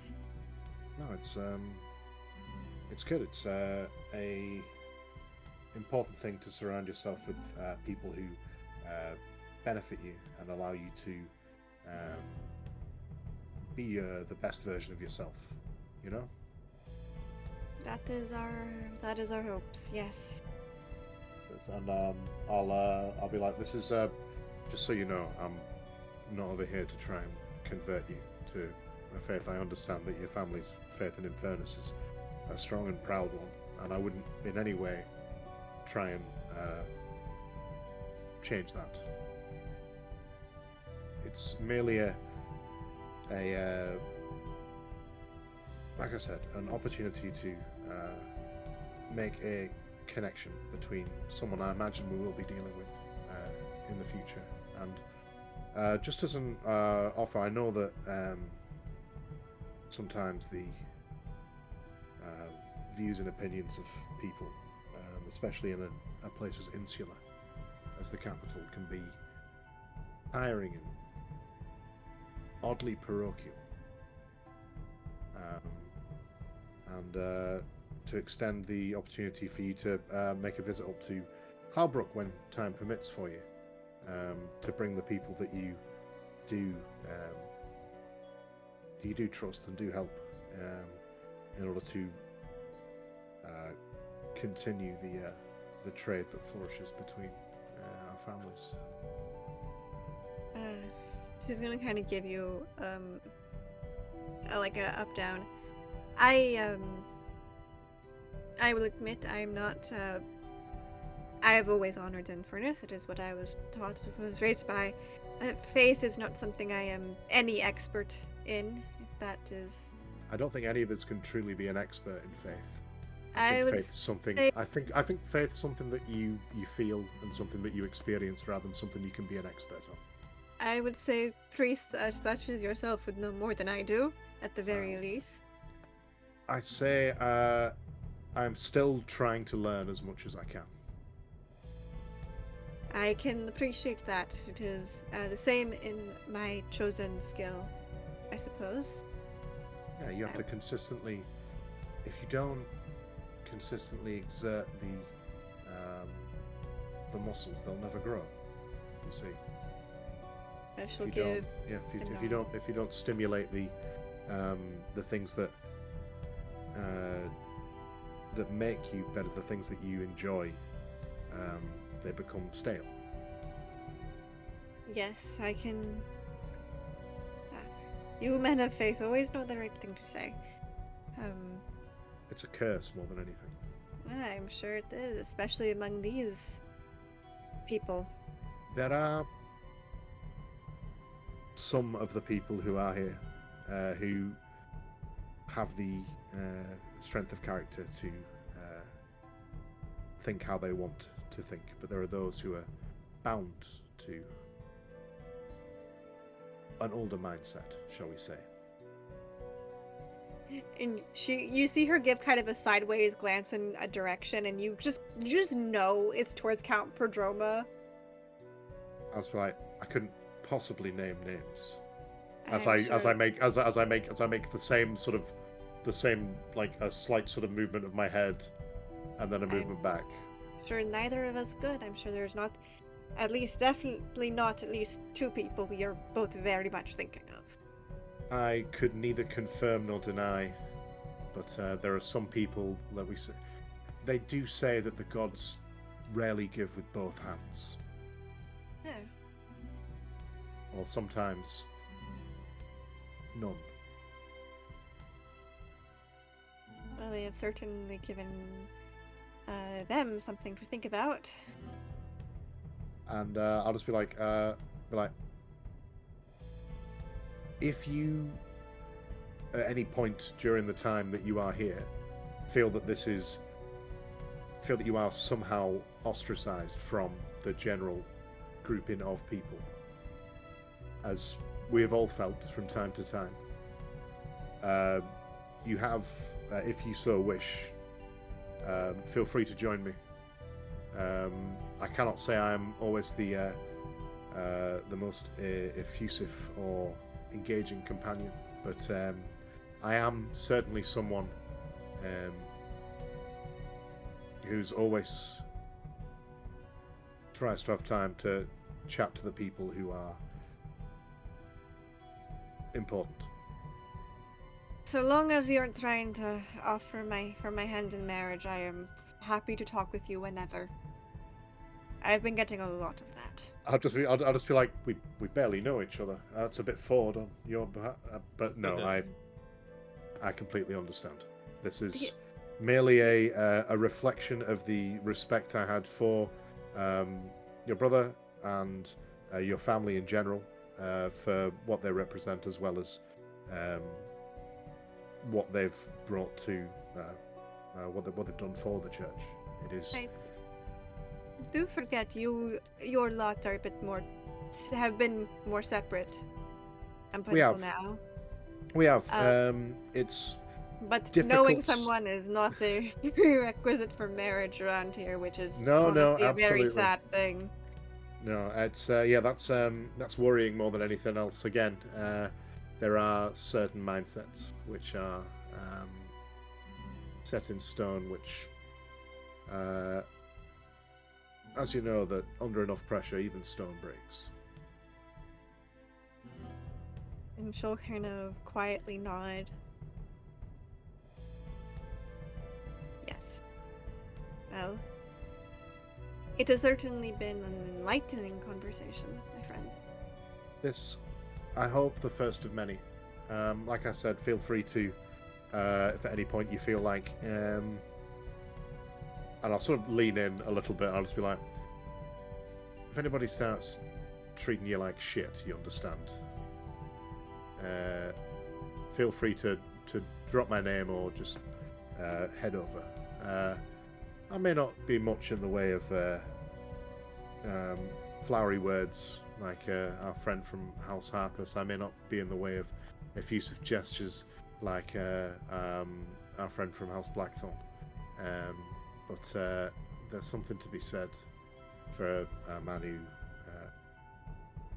keeps to his word. That is something both as precious as gold and as rare as a gemstone. You flatter me, but I will. At some point, I'm going to have to talk to the Emperor. I'm just waiting for a moment of his time.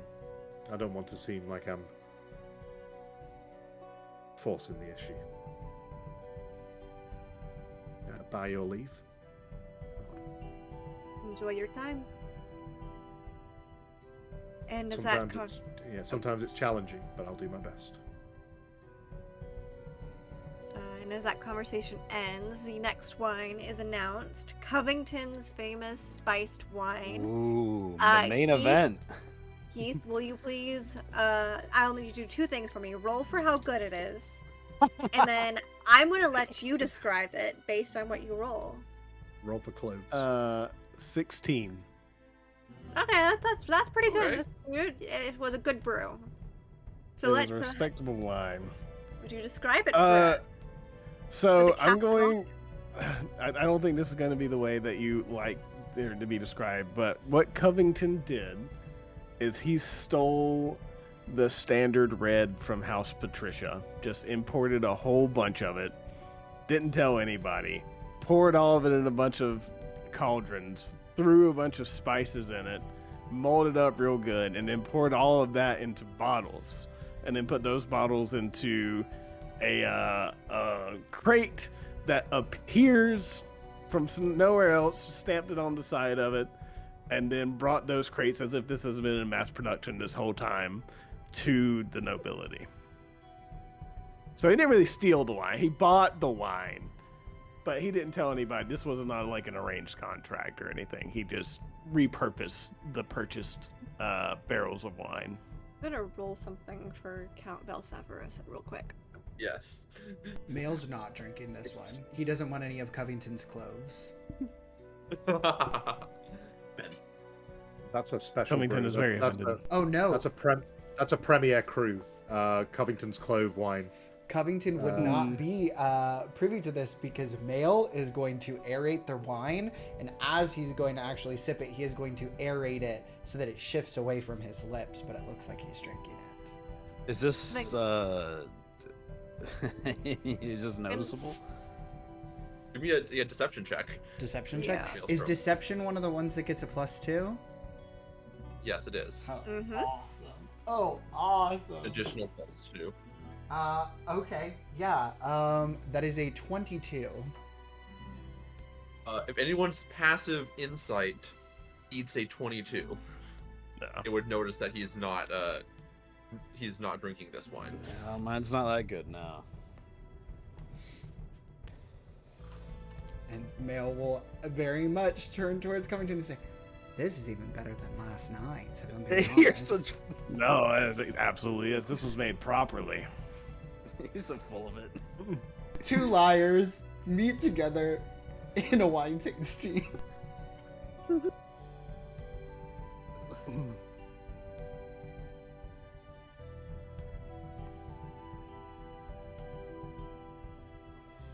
But do any of you guys approach somebody?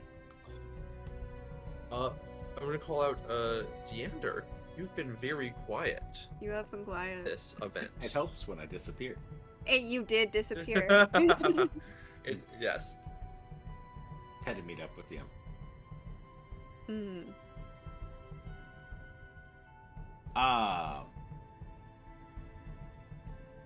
Deander would,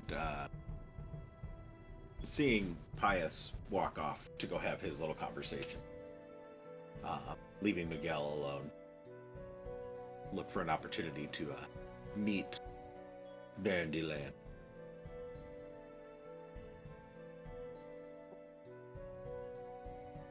As he's chugging the lovely mulled spice wine. Like what's left of it? Hey, it is a solid spiced wine. Oh, it is a mean, spiced 16. wine of all time. Yeah. Yeah. Yeah. It is mean, not the best, yeah, to but be- it's respectable.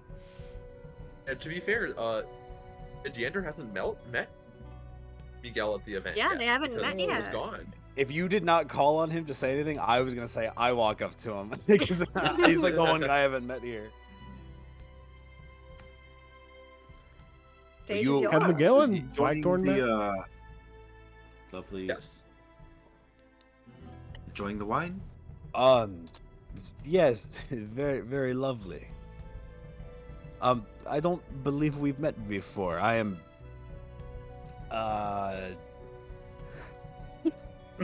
I'm sorry. It's the spicy really catches you in the back of the throat. Miguel de Leon, and I will kind of give him like a half bow and reach out to shake his hand. Shake his hand. It's an old custom. Just grab it by both sides. It's like a pleasure to meet you. That's one person's hand goes one way, and you just Yeah. rotate. You both just go the international greeting of whoop. But I shake your hand. I shake your hand. Gladly shakes yours back. So Yes, have not met before. I thought it'd be good to introduce myself. Deandra of Galmanor. Your reputation precedes you. oh, I'm Long-standing house, very I'm respectable. sure it does. Thank you. So And what? you'll notice that Deandra's got like the glass is still full, hasn't touched it. Yeah. You are a what they call a teetotaler, huh? You don't like to touch the stuff, no? It's not much. It doesn't sit very well. My stomach. Do enjoy the bouquet on most of these, not so much this one. No, I see. It's not one to infect the senses and keep your sensibility about you. Very smart. The amount of times I've seen nobles and businessmen come to these occasions just to get fucked up and forget why they're here is just why they're not here and why people like you and me are. Possible exceptions. Sure. He'll kind of shrug, whatever that means. Oh, he'll kind of just like casually shrug a shoulder Covington's way. Covington is just shouting something at Nail, just for the comedic background. Why not? Crazy Dave. So, inns and real estate, right? That's what you're most known for. That's mostly hospitality. Do various bathhouses, inns, taverns. Pretty much whatever one might desire. Are we talking like mass cheap real estate? You know, you buy them up cheap and you just put a bunch out. Or are we talking like you have the guy in the bathroom that gives you the hand towel wash type bathhouses? I cannot say that we don't own a few that might be a little bit more catering towards everyday folk for the nicer establishments, but I take quite great pride in any new establishments that we set up. Oh, Only the best. I didn't mean to offend you when I said cheap. Oh, I no, meant not at all. more. No, you know, like accessibility with different incomes and such and such and such and such. It's very nice. I do want to reach out to my condolences, as you are a widower. Yes. Yes. The word. Thank you very much. It's been a good number of years. Indeed. Still a great loss. Still, I wanted to reach out my condolences, and I couldn't imagine what that's like. But I do appreciate you being here, making your presence known. I was not available at the last outing. I had some things to do and some people to see. And of course, I mean, there's even people missing today, so it's very interesting, the revolving doors that lead to such places. Yes, quite. Yeah, unfortunate that I missed the opening festivities and getting to meet all you individuals. This being the first real meeting of us all, at least since I've been in charge of the house.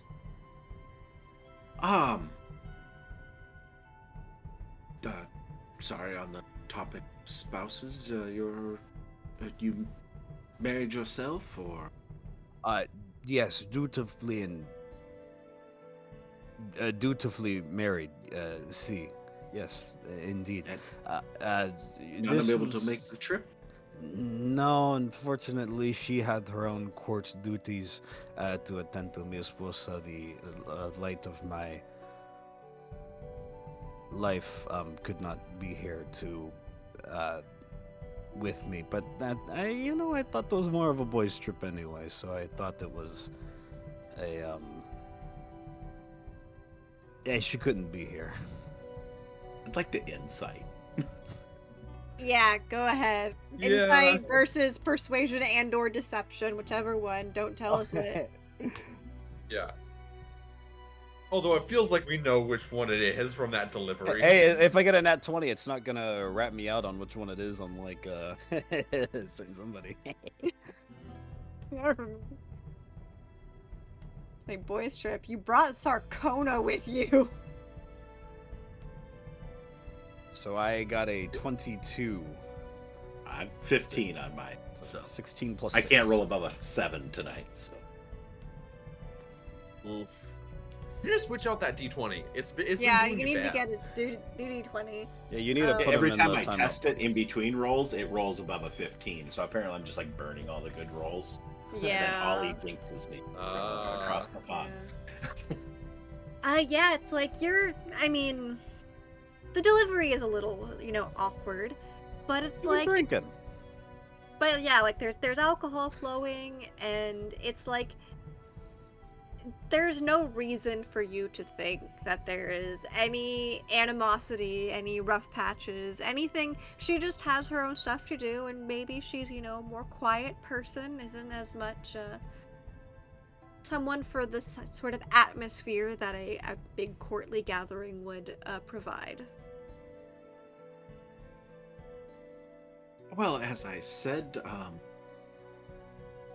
house is renowned for their hospitality, and if you need any entertainment while you're here in the capital, I'm sure we can arrange private rooms if you so choose, at the Steel Rose if you like. Oh, please. Good beverages, good conversation, and fun individuals. Definitely one of the more higher end establishments. I see. I'm picking up what you are putting down. I am quite the enjoyer of entertainment, although I don't see myself exactly getting into such quite trouble on this trip. But I mean, if you're looking to franchise out and open business down south, by all means, I would not say no. I mean, if you need some sort of benefactor, or we can make some payment arrangements to have business booming. I mean, beautiful weather, beautiful women to be hired. I mean, all types of people can be employed. It's not we're not just interested in this or that, or skinny, not skinny, beautiful. They have to be beautiful, but like I said, if you are interested in expanding business, I am more than open to the idea. Oh, we are always in the interest for new opportunities.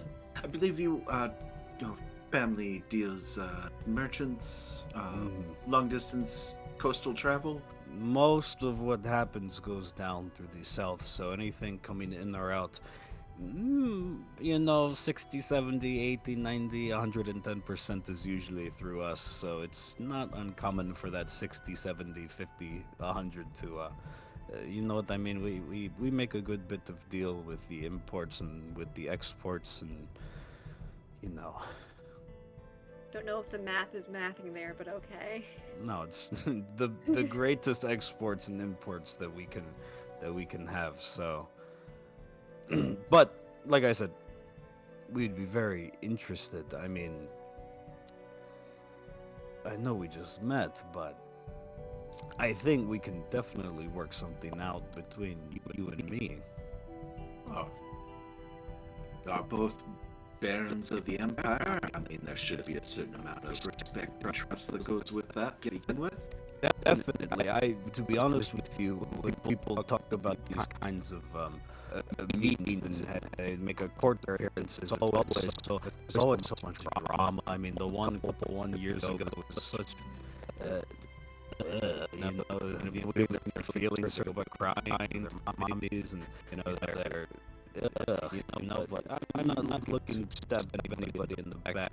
At the very least, not even in the face. You know, it's just so messy. I have my own ideals and what I want goings-ons, but I feel like it's very straightforward. I don't feel like anybody's stabbing anybody. You know, I have a good feeling with everybody. Party. So it's a birthday party. I mean, come on, you wouldn't stab someone at your niece's birthday party.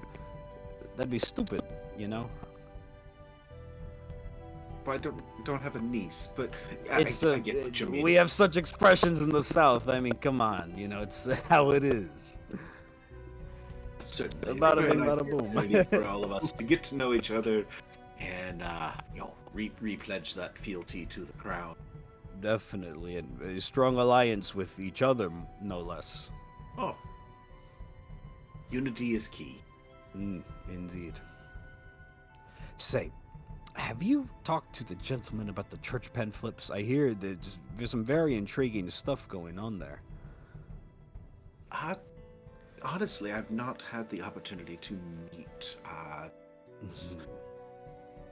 Pius, I believe was the name. I saw you two were talking. I tried to get over here in time to meet both of you, but you know how it is. It's like swimming upstream as a salmon. Things can change so fast, then a bear gets you. It's very peculiar place to be, but it can help do some introducing arounds. I mean, I need to speak with that guy over there, and I'll point towards Covington. You know, I would like to speak to more that guy over there. He's doing his own thing. I keep an eye on him. Then I'll point towards Harpus, and then that one other guy isn't here, so. But we can do a little rounds of introductions. I don't. Maybe we keep it a little on the down low. You seem like you don't want too much attention on you, so. I'm happy to meet people. We're all in the same boat. As we said, unity, good thing. But I do need to speak with the Emperor at some point in time, so we can circle back. Are you attending the horse race or the archery competition later? Yes, I have some business to attend to in between, but I will be at the horse race, definitely. I don't have any people participating in the archery contest, but if it's not occurring at the same time, then I'll be at both. Oh, splendid. Well, maybe we can catch seats nearby and catch Cardinal Pius as well. Yes, he's very pious. We can catch him as well. And Splendid. I'm gonna say that the next two wines are actually announced to be brought out together. Song of the Fields, sweet wine made from raisins, dried apricots, and honey. And Goodman's Brew, simple wine. It's very flavorful with notes of apple, vanilla, and roasted nuts. And we're gonna kind of like, if you guys have any, all right. So let me ask specifically: does anyone want to have a conversation directly with the Emperor while we're here? That who hasn't already? Pius. I don't think I've even really met the Emperor. Same. So Yeah. I would just like to meet him. Oh, Pius, you had a conversation with him at I the did. I recital. briefly did at the recital, You did. but it was more of a Yeah. like a. Yeah. But so I mean, Pius, you all Miguel, technically met him at the banquet, but yeah, but that was more like a, it was less like a Yeah. how you doing. But who is wanting to approach the Emperor for conversation during this event? So, Deander, Pius, Miguel. So Covington and Maelstrom already have. already have. Yeah, that's what I was saying. So, we'll start with Galmanor, because we gotta keep things going. Sure. I can actually make it really, really brief as to we don't need to play it all out if you want. Do whatever you feel comfortable with. We can play it out if you want to. Yeah. It just basically would be Galmanor just be keeping a little bit of FaceTime, some pleasantries, complimenting him on the wine for castiness, as well as just commenting on the overall general pleasant affair that he has put together. Yeah. As you approach him, this time, Irene is now making the rounds, and now next to him is his half sister Erin. And the three of you talk a little bit about wines, about the event. They actually do. Erin compliments you on an inn you run a little farther south, actually, that she had stayed at on her last trip. Said it was a lovely time. And she makes a joke about love letters, and you feel it's a bit pointed at the one that you received last night, that she definitely knows about it, but she's not taking it seriously, if that makes sense. Okay. She's not trying to threaten you or anything. You don't No, get the she's sense. It's like- more of a just laughing at you, Yeah. at it a little bit. Can I She get would a also know general that vibe check off of her? Oh yeah, go ahead. Roll. Something higher than a 7. Yeah, I basically. hope so. Yeah. Yeah. Ollie, if you'd please just turn around so you can't. Yeah, don't. Hey, it worked. What'd you get? Hey. Let me pull up. Be insight, right? Yeah. Yes. 25. Oh yeah, no. She's kind of making fun of the Empress Dowager. It's definitely a little jab at her rather than you. And Erin kind of has a little bit of a flirtatious vibe herself, but it doesn't feel directed specifically. She's just it's I know you got it. I'm not taking it seriously, and I know it's hilarious that she sent you a love letter. Okay. But yeah, they're polite. They're friendly with you. But yeah. Alright, I'm good. Awesome. Pius, do you want to go next? Yeah, sure. All right, you approach the Emperor. Who's with the Emperor? I'll say we'll keep Erin with him this time still. I'll approach. I'll do a similar bow that I did before the recital. I'll just be like, Your Grace, did you choose all the wines on this list? The Emperor gives a bow in response. Actually, yes, I did. It's a bit of a hobby of mine. I quite enjoy learning about the various makes and types and ingredients that go into wines when I'm not doing my duties for the Empire. It's a nice variation. It's a good mix of a little bit of everything, honestly. that was the intention. A personal favorite is the Goodman's Brew. I've been told, and he kind of gives a sidelong glance at his sister. It's a more common wine, but I quite enjoy it. With the glance of the sister, I'll then sort of bow to Lady Aaron as well. I'll just be like, Lady Aaron, it's a pleasure to see you as well. Please, was not ignoring you. I was just merely greeting your brother first. I believe Even that's social decorum, I think. It is, and even if you were ignoring me, I would not hold it against you. I appreciate that. Honestly, I've just not really. I know that but your father and my father had more like correspondence and chance to talk. But it's obviously given the time which you've come into your power and come into yourself, it's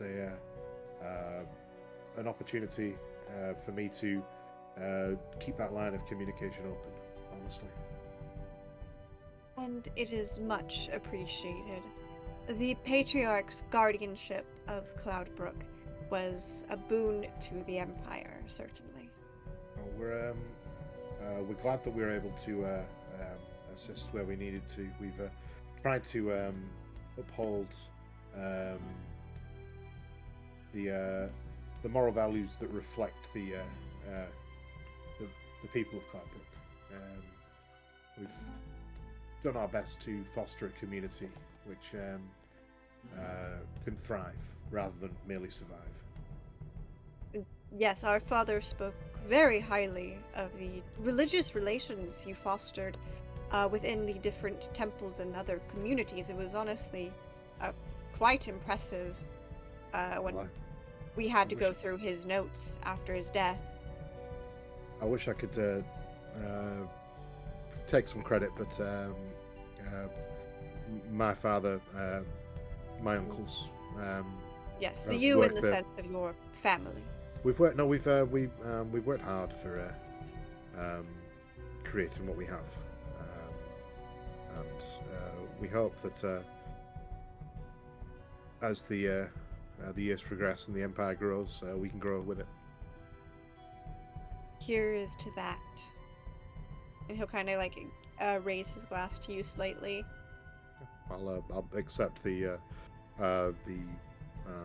raised glass with like a bow of the head, and I'll say, I must admit, it's nice to put a person to the title. It's so often we're in a world that's dominated by people hearing the first part of how you're announced and just seeing that in front of you. It's good to see that there's a person behind the name.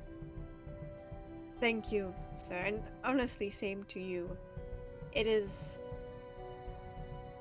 People don't understand what there is behind having to carry such a burden. Many great things come with being of such a high regard. Trust me, I would not be one to put that aside, especially when so many people of the Empire do suffer greatly. But I just hope that one day it is a title that I can make that will make people proud to say that was part of the Marillion Empire. It's a noble cause, and as always, much as my father has said, the Church of the Ascendant Way is about embracing the good and enjoying the time that you have and making the best of it. I feel that's something that the Empire can only benefit from. We can all agree to that. Yeah, it's but obviously, a chance to meet you, a chance to meet your charming sister. I've not had the pleasure of being able to speak to your brother as of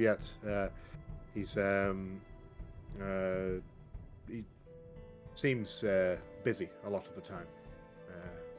He is the main event, shall we say? Well, you know what and they I know- say. You know what they say. You don't stab your niece at a birthday party. I have heard that from the south, correct? Aye, I believe so. But I have also heard that you will have much more of a chance to speak with Erin, as you have a meeting with her later today, actually. That I do. It's a chance to further the discussion we had previously, and a chance to discuss ways in which we can assist. Yes, you must tell me if she is not fully truthful. And you kind of feel that's like a jokingly jab at her, and she kind of rolls her eyes. So, Why would I ever lie, brother? if there's one thing I can do, it's well, I hope I can do. It's be able to see to the truth of matters, as much as one mortal being can.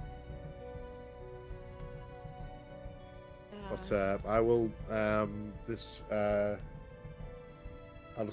sort of like. I'll raise the wine again. I'll just be like, it's fitting that you like this wine best. A good man's brew from a good man. And I'll like raise the glass again. I'll just be like, by your leave. And he'll kind of nod to let you know you are dismissed. And Miguel, it's your turn. By this time, the Archmage has rejoined. Yes. Rejoined them, and as Lady Erin goes to speak with another guest. Yeah. I'll walk up and I will give a full body bow to the Emperor and the rest of the royal family. I did not get the chance to make my acquaintance fully known, so I wanted to stop by and say hello. A pleasure to make your acquaintance, Baron Miguel de Leon.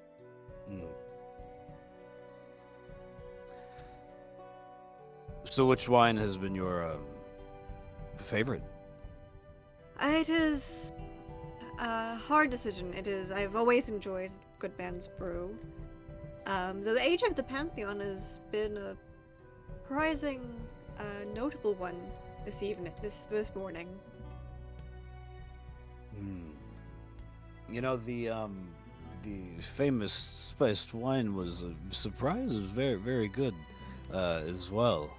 I think that one is in the top 3 of wines I have tasted so far here. But I do not wish to take up a lot of your time. Like I said, I just wanted to say hello. I know how things can be. You walk into a room, oh, hello, let me talk to you, and then you don't get, it can be very overwhelming. I don't want to crowd you or cramp your style or do anything like that. I know things can be a little tense in these get-togethers. It is the purpose of such an event that I may be able to freely converse with my people who have the Empire's best interests at heart. And indeed, being the peoples who have the best interests, it has been a quite an event so far. So I do thank you and your eternal patience, if we can put it like that. Yes. Much patience is required. Indeed. But I will leave you to it. If I feel like I need to beckon or call, I feel like I can comfortably come up and ask when needed, but I will leave you to it for some breathing room. Thank you. And with that, the final wine has been served, and we are going to take a quick break because it's a little late for a break. How long? When will we be back? Like 7 after? It's like 10-2 right now. Yeah, so we'll give you like 5 minutes. So. Yay. Yeah. Kelvin is just gonna lean over to Mel and like, so how do you know who won? I'm sorry, who won? The wine competition. Oh, this is wine. I mean, tasting. I obviously am biased about mine, but that spicy cherry wine was good. Yes, it was. It isn't necessarily about the actual wine itself. It's wine tasting, and my friend, you have drunk more than anyone else here. And he'll give him a hearty pat on the back. Yeah. Kelly is just like, all right, well, I'll cast my vote for that one then for wherever that is, and he's gonna wander off. He's drank more during and before the event. He pre-gamed a wine tasting. This event is the luncheon between Oh, he's But he's Yeah, right here. there. He's right there. Yeah. But yeah, so as we come back, we cut over to the other side of the gardens in a beautiful greenhouse out. where a small set of wicker lawn furniture has been set amongst the tropical trees and many blooming, sweet-smelling orchids in different shapes and colors that dot the canopy. And set on a table is dark crust bread, baked with thyme, rosemary, and basil, chicken soup with vegetables and rice in a finely crafted ceramic pot, and a bowl of cut peaches with sliced almonds sprinkled atop. On either side of this table, there is a total of 4 places to sit, and on either side already is Lady Erin Castor, and on the other is Count Vel Severus Patricia. Both are already conversing when you approach, but they quiet and they stand and bow as you enter. Return the bow. Not as fancy as that. Yes. I could never hope to be that fancy.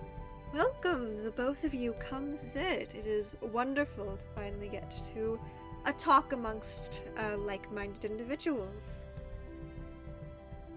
Indeed. Thank you for inviting me. It's a pleasure to be here, honestly. You guys can Yes, take your Lady Erin here has been telling me about a proposition that she and Baron de Leon have been discussing over the past day. Yes. See, Please.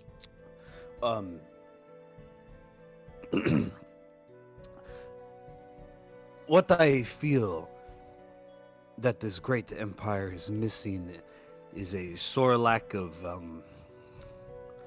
representation. A lot of the approved, well, there's no easy way to say it. It's very human-centric, and I think that there is a ideals that multiple people have to maybe bring some reforms, make it a little bit more open to the other people who also happen to live here as well. Dwarves, fire hearts, elves.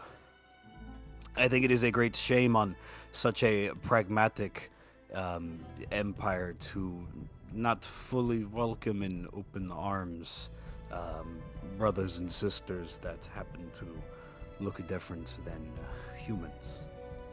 I feel as if that is a great stain and missed opportunities in more than ways can imagine. And I was hoping, being so close to the ear of the Emperor, that we could maybe start to just lay the foundations or whispers or just the idea to help bring this great change about. I have conversed with Pius here about many different things in such a short span of time, and the church is welcome, more than welcome of other different types of people. Oh no, absolutely. Like I was saying in the conversation we had before, the church welcomes people, not caring of race or anything like that. It's people who want to embrace their faith, their journey. It matters not to the gods from whence you came. It matters only what you do with the gifts that you have. It is a... She kind of pauses. It is a sad thing that there are so many in our empire that do not feel welcomed. And though my brother has also been very interested in ideas of reform and integration on that front, the struggle is the elder members of the council, who are a bit more set in their ways.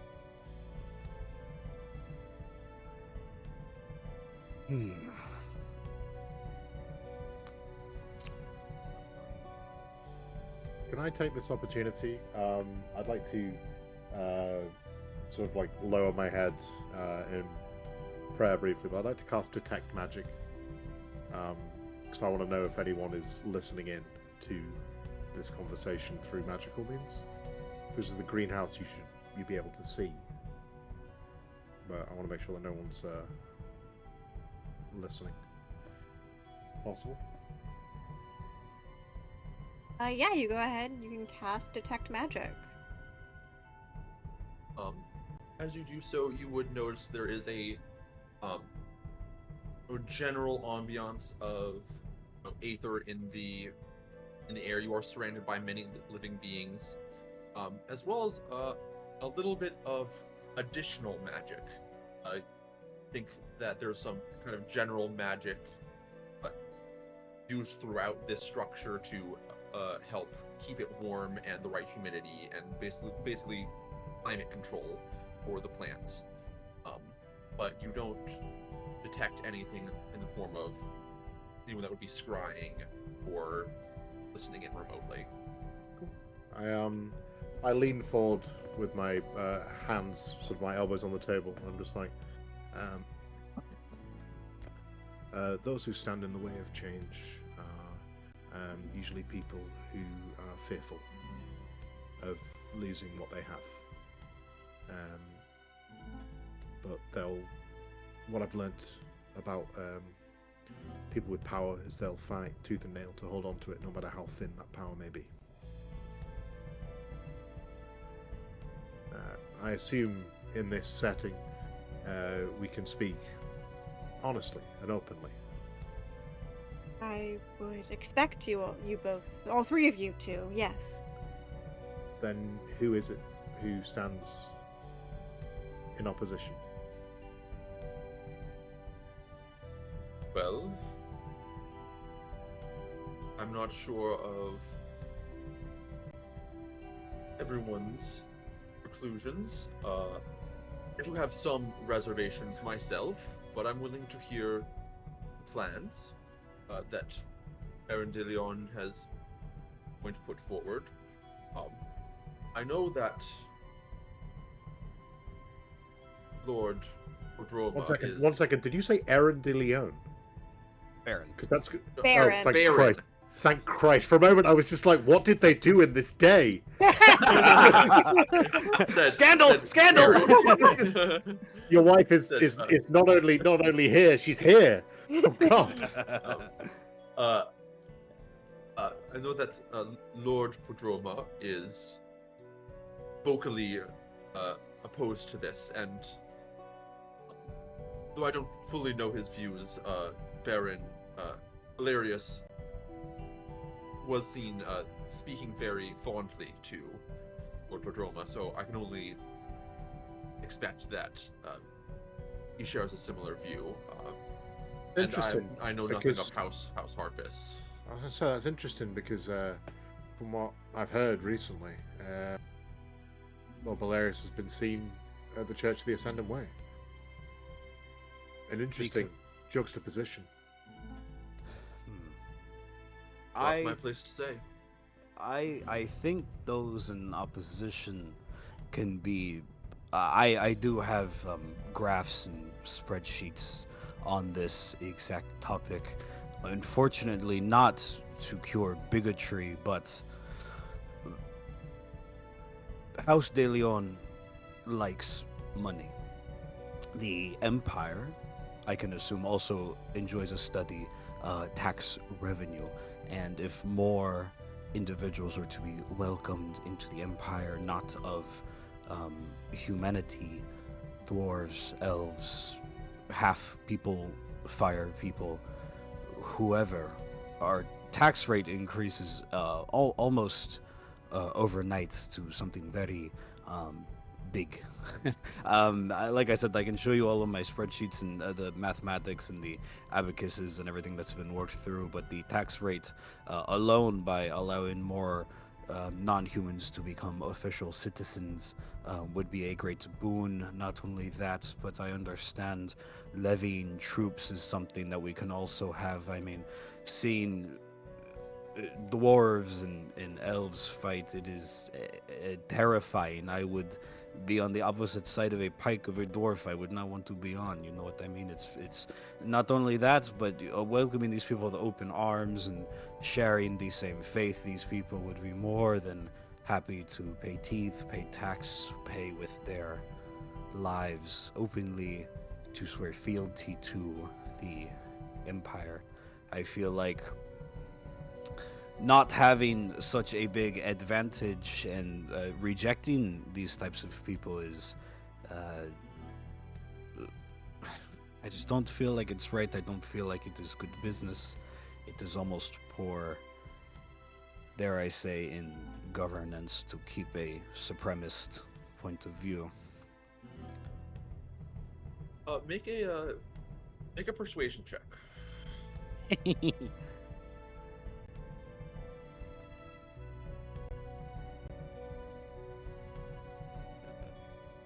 24. I get an 18 plus 6. Yeah, as you talk, you notice Velseverus is just nodding, and just every kind of like statement you make, and he's like, at the end, he looks, in all honesty, a little impressed. Like, you got this figured out, you have it down, the taxation, the lack of possible conflict in the future, and just the, he has in his house a half-dwarf, Sir Cato, who was there as he grew up for his entire life, and he has, Lady Erin. The two of them seem to have somewhat of a friendship, and he seems very convinced. And as you say this, Erin speaks up. It is not those more worried about taxation that I am concerned of. It is those more set in their ways.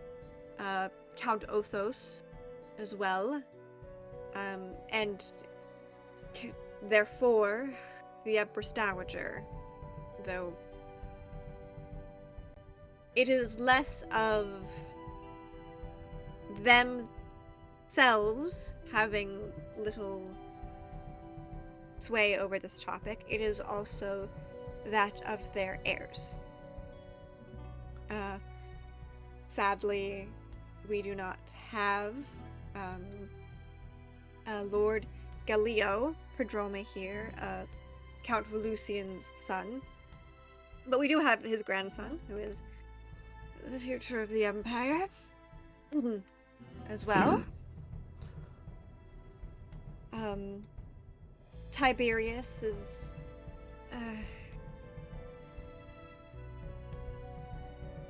well, either way, to say this, it's. Can I ask a question of either the sons or grandsons of the people who are currently in power? Go ahead. Have they ever experienced hardship? I'm sorry, was that meant to be funny? No, it's a general sort of tone-setting question in regards to this. Have they ever experienced hardship? I will answer that with this. I was once telling them a story of how when I had been, and I, woman of means, had been traveling through the city towards a tavern, and I was pelted with, well, actually, I'm not going to say exactly what I was pelted with, but it is not for appropriate conversation, let's say that. A substance of not appropriate conversation.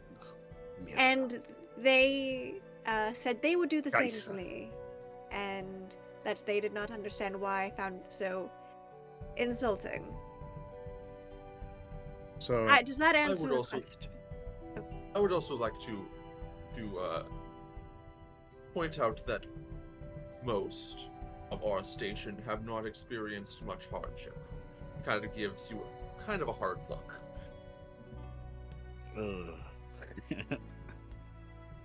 it's I asked the question only because to understand that those raised in privilege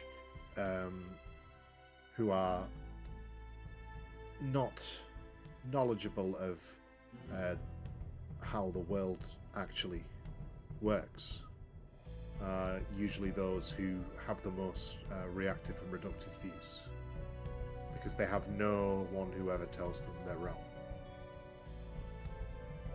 You know, the south of the country is very beautiful. I mean, if it is an exposure, then we have many different vias and manners that we could ship these people to for like a week or two, and they can see how, one, lovely the south of the country is, but to see how well everybody interacts and gets exposure to, you know, that kind of stuff. I I Obvious- also hear that some areas in the south are quite dangerous if you don't Nah. know where you're going. It can be, but I mean, and I'll shoot him a look like, what the fuck did you just say? I do not think that that would be.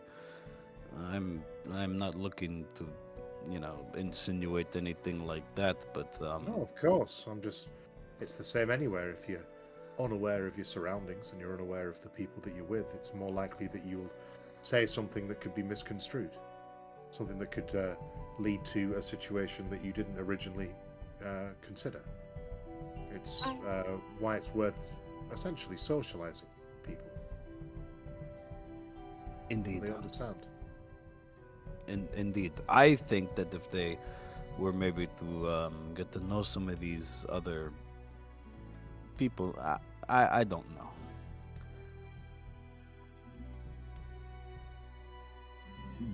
Those are both very interesting suggestions. She's kind of tilts her head. Well, Severus, what are your thoughts? Like I said before, I think it's well thought out, and I've seen firsthand that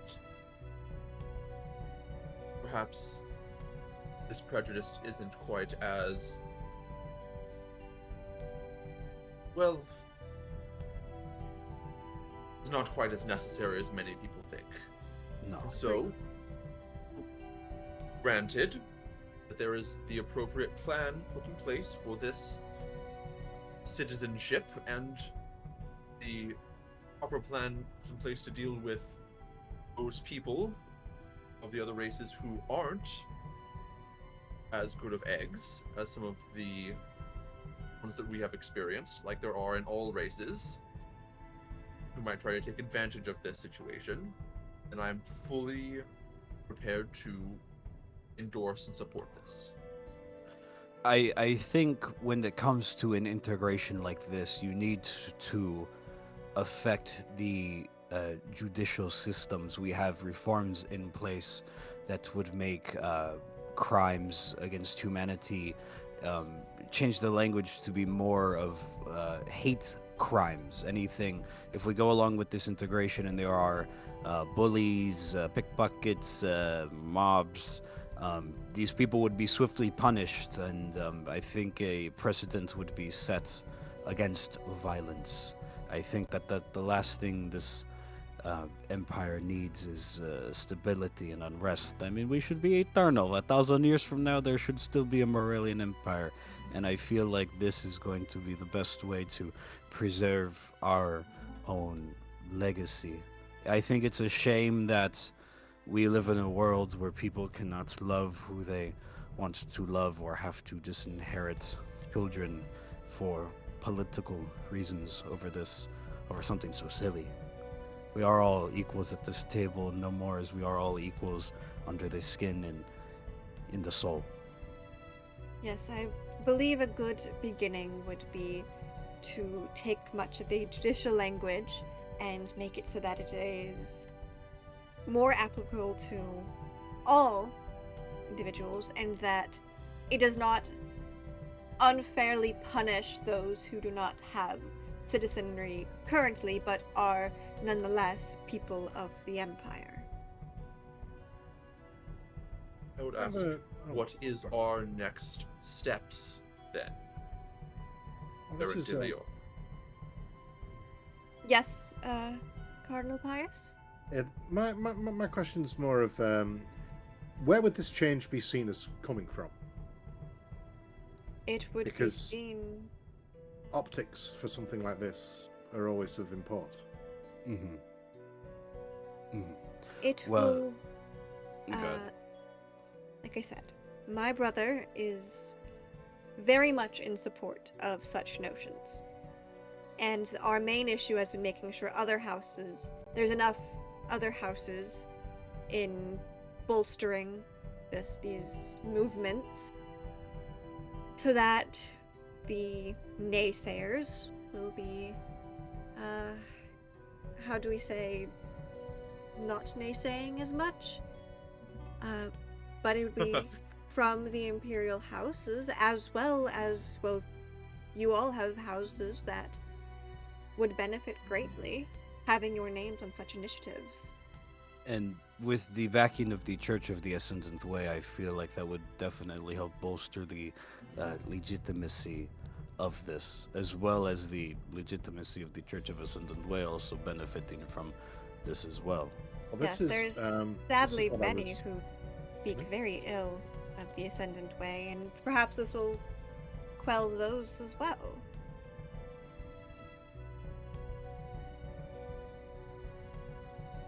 Is Ollie frozen, or is he just like really still? No, he froze. He's He's frozen. about like- to say something. He's gonna say something so profound it was going to change how we think of this. Oh god, I didn't think I was gonna roll this high on the persuasion. Now you're like, what's the next idea? What are the optics? And I'm like, fuck, what are the optics? Baron Pius is killed while he's standing there having this conversation. Oh no.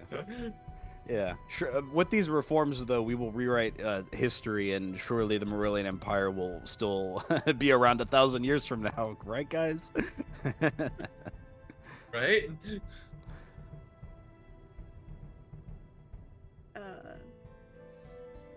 Yeah, he's definitely frozen. I was gonna say, like, he's being really good at being still. Hey, all the cool kids doing it.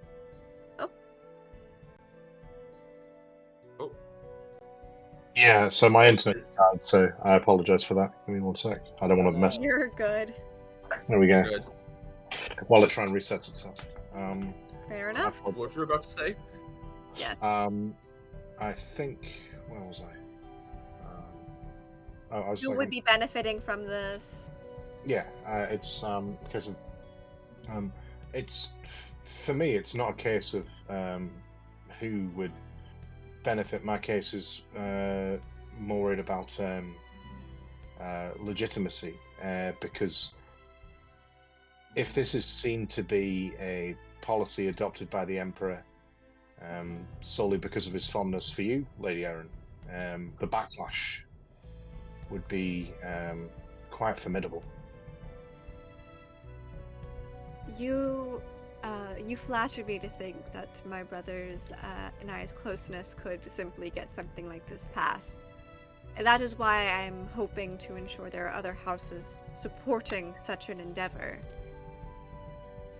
No, I understand that. It's my worry is that you said this would be coming from the imperial family. If it comes from your brother, it's an edict from the emperor. That's a different thing. If the laws do get changed as a result of that. My question is, honestly, in terms of a relatively straightforward one, is how you are viewed by the populace. Because, like it or not, as a representative, be it by choice or solely by birth, of both the imperial family as well as those disenfranchised, if you haven't considered the fact that you would be the face of this, I feel like that's an oversight on your part. Oh, I'm well aware of that. And part of this planning has also been trying to find someone to make a secure political match with that would also help quell these fears. It is why it's been many long discussions and many call discussions, if that makes sense. Can I ask who you have in mind? She kind of gives you a smile and is like, a woman does not kiss and tell. This is not a kiss and tell. This is talking of serious political change, and the idea of you having the correct backing behind you before you do this goes past the idea of proprietary. She'll share a look with Velseverus, and you can kind of tell this is definitely a conversation maybe he and her not have previously, but he's definitely overheard her talking about with Eugenia. Well, based on previous conversations, my top list would be the Baron Galmanor, a respectable house, not as old as some of the others, but it is one of great standing and great influence among the populace due to their high connections. Some, and she once again gives a glance to Vel, have put forward the young Maelstrom Harpus, though I think he might be a little young for my tastes. Though apparently the age thing evens out there.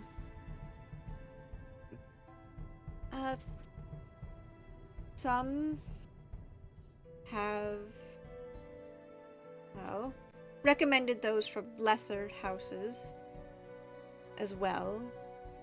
But I would say if we're really going to talk about my true options, it would be Baron Deander Galmanor or Lord Maelstrom Harpus.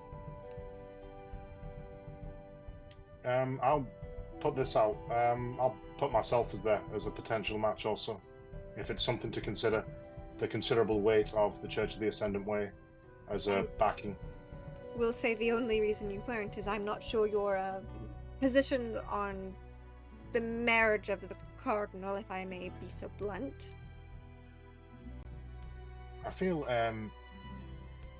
you may be looking through the lens of my title as in the same way that a lot of people do. The title itself is one of seniority within the church rather than a true sort of religious calling. It is, in essence,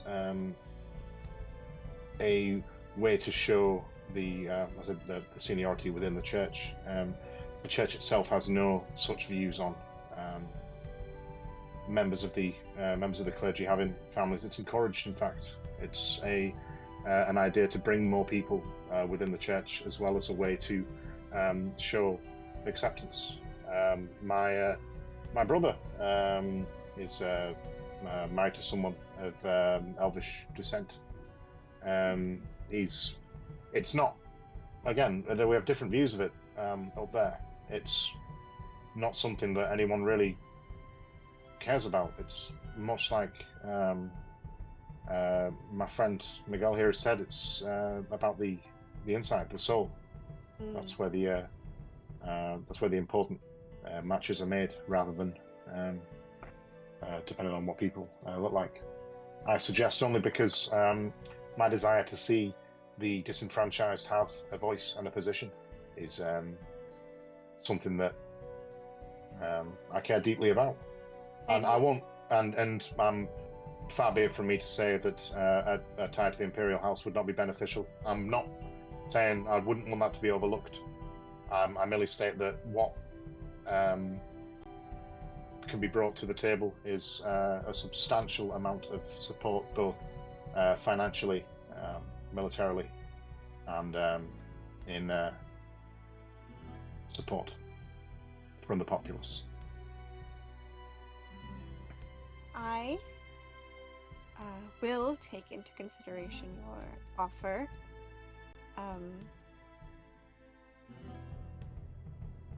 And I may not be as pleasing on the eye as Maelstrom Harpus. I may not be as distinguished as Baron Galmino, but I'm. People have described me as being a decent man. Something I strive to uphold in my dealings as well as my myself. This is very interesting that you were so quick to put yourself in my pool of matches. As you were saying, it seems only fair if you're talking about the other members of the houses who are here. I would not be here if I was not of sufficient social standing. That is fair. As you were saying, Baron de Leon.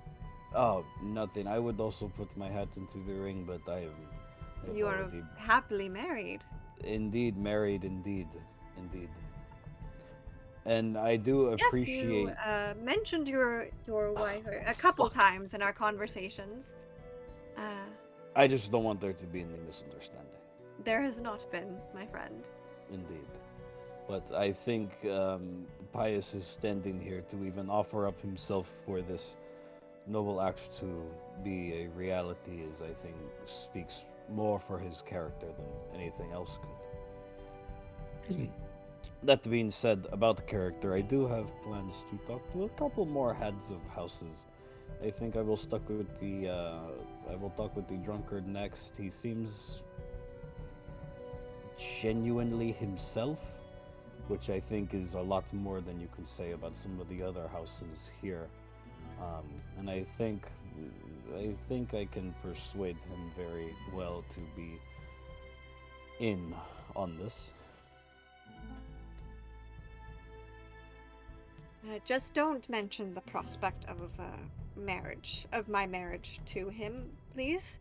Out of respect for myself and you and everybody here, I will not. Thank you. I feel like I should probably speak to Baron Galmino. I've not had the opportunity to, but it'd be nice to take a measure of his character. If you two could have discussions with them over the next last couple days, we shall see how that will go. Yes, and well, I do have a quick meeting I need to get to, prepare my rider for the horse race upcoming. I will bid you three a fair afternoon and good luck. Lady Erin, he kind of bows to her and very gently takes the back of her hand and offers a kiss. This court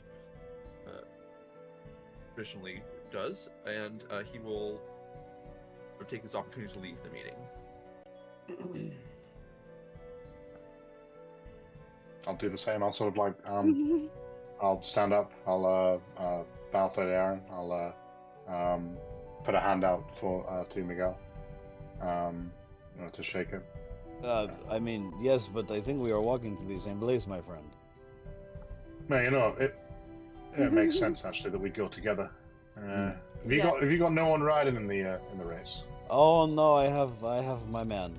Oh, perfect. But I will take Lady Erin's hand. I will not kiss the hand But as I grab her hand, I do like a little bow. I kind of put my other hand on it, and as I'm holding her hand, I just want to say, thank you for your dutiful time and for hearing me out. Thank you for your many gracious thoughts. And with that, Now, Bias, on the way back as we're walking, as we have left this function, are you a betting man? Well, I feel like it's unfair to bet when you can ask the gods for the answers. Indeed. But yeah, absolutely. Why not? Would you want to maybe gather the other houses and maybe take in some friendly sports betting on the horses? Interesting. I say we put down maybe 5 gold each on whoever wants to put on whoever, and then at the end we can, as more of an icebreaker between us than we've already had. That actually seems like it could be fun. We're going to have difficulty, I feel, getting at least one of our peers' money, because I'm pretty sure I see him getting his horse ready over there. Galmanor? That would be fantastic, but no.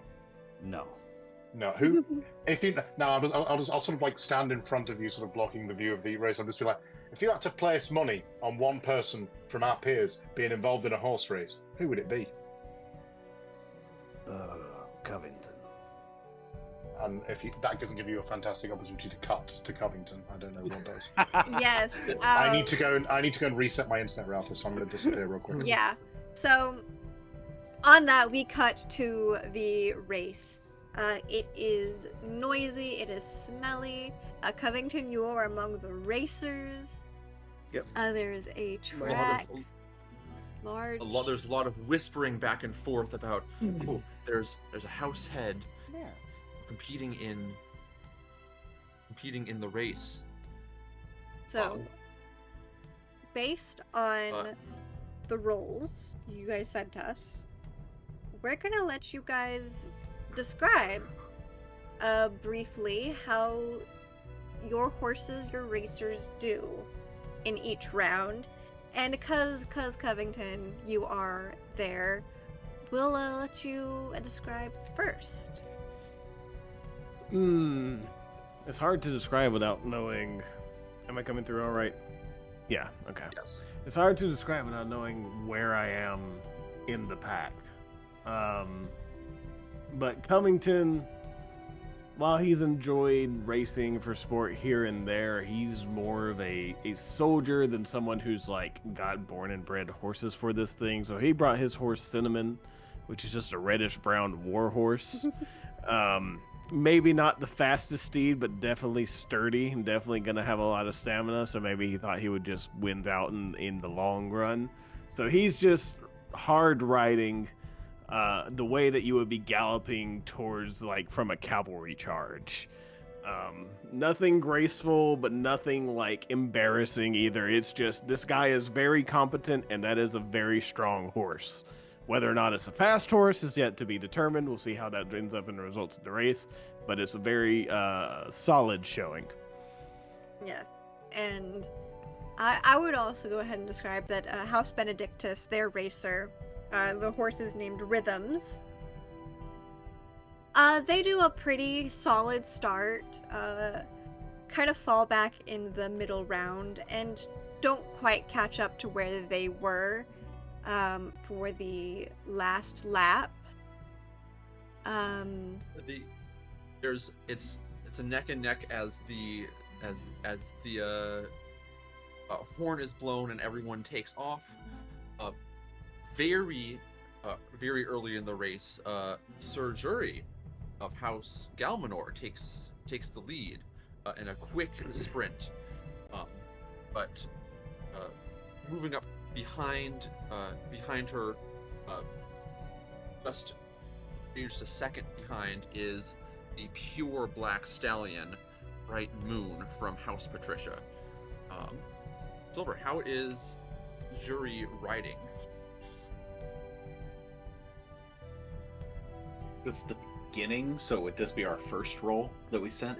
So you're kind of like summarizing all of them a little bit. Okay. Just for quickness. Remedy. Yeah. Honestly, she looks a little bit out of her element compared to the joust the day before.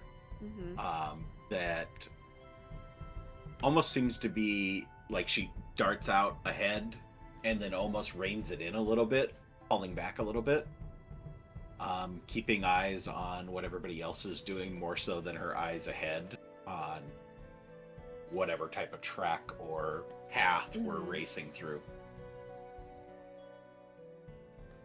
Hey.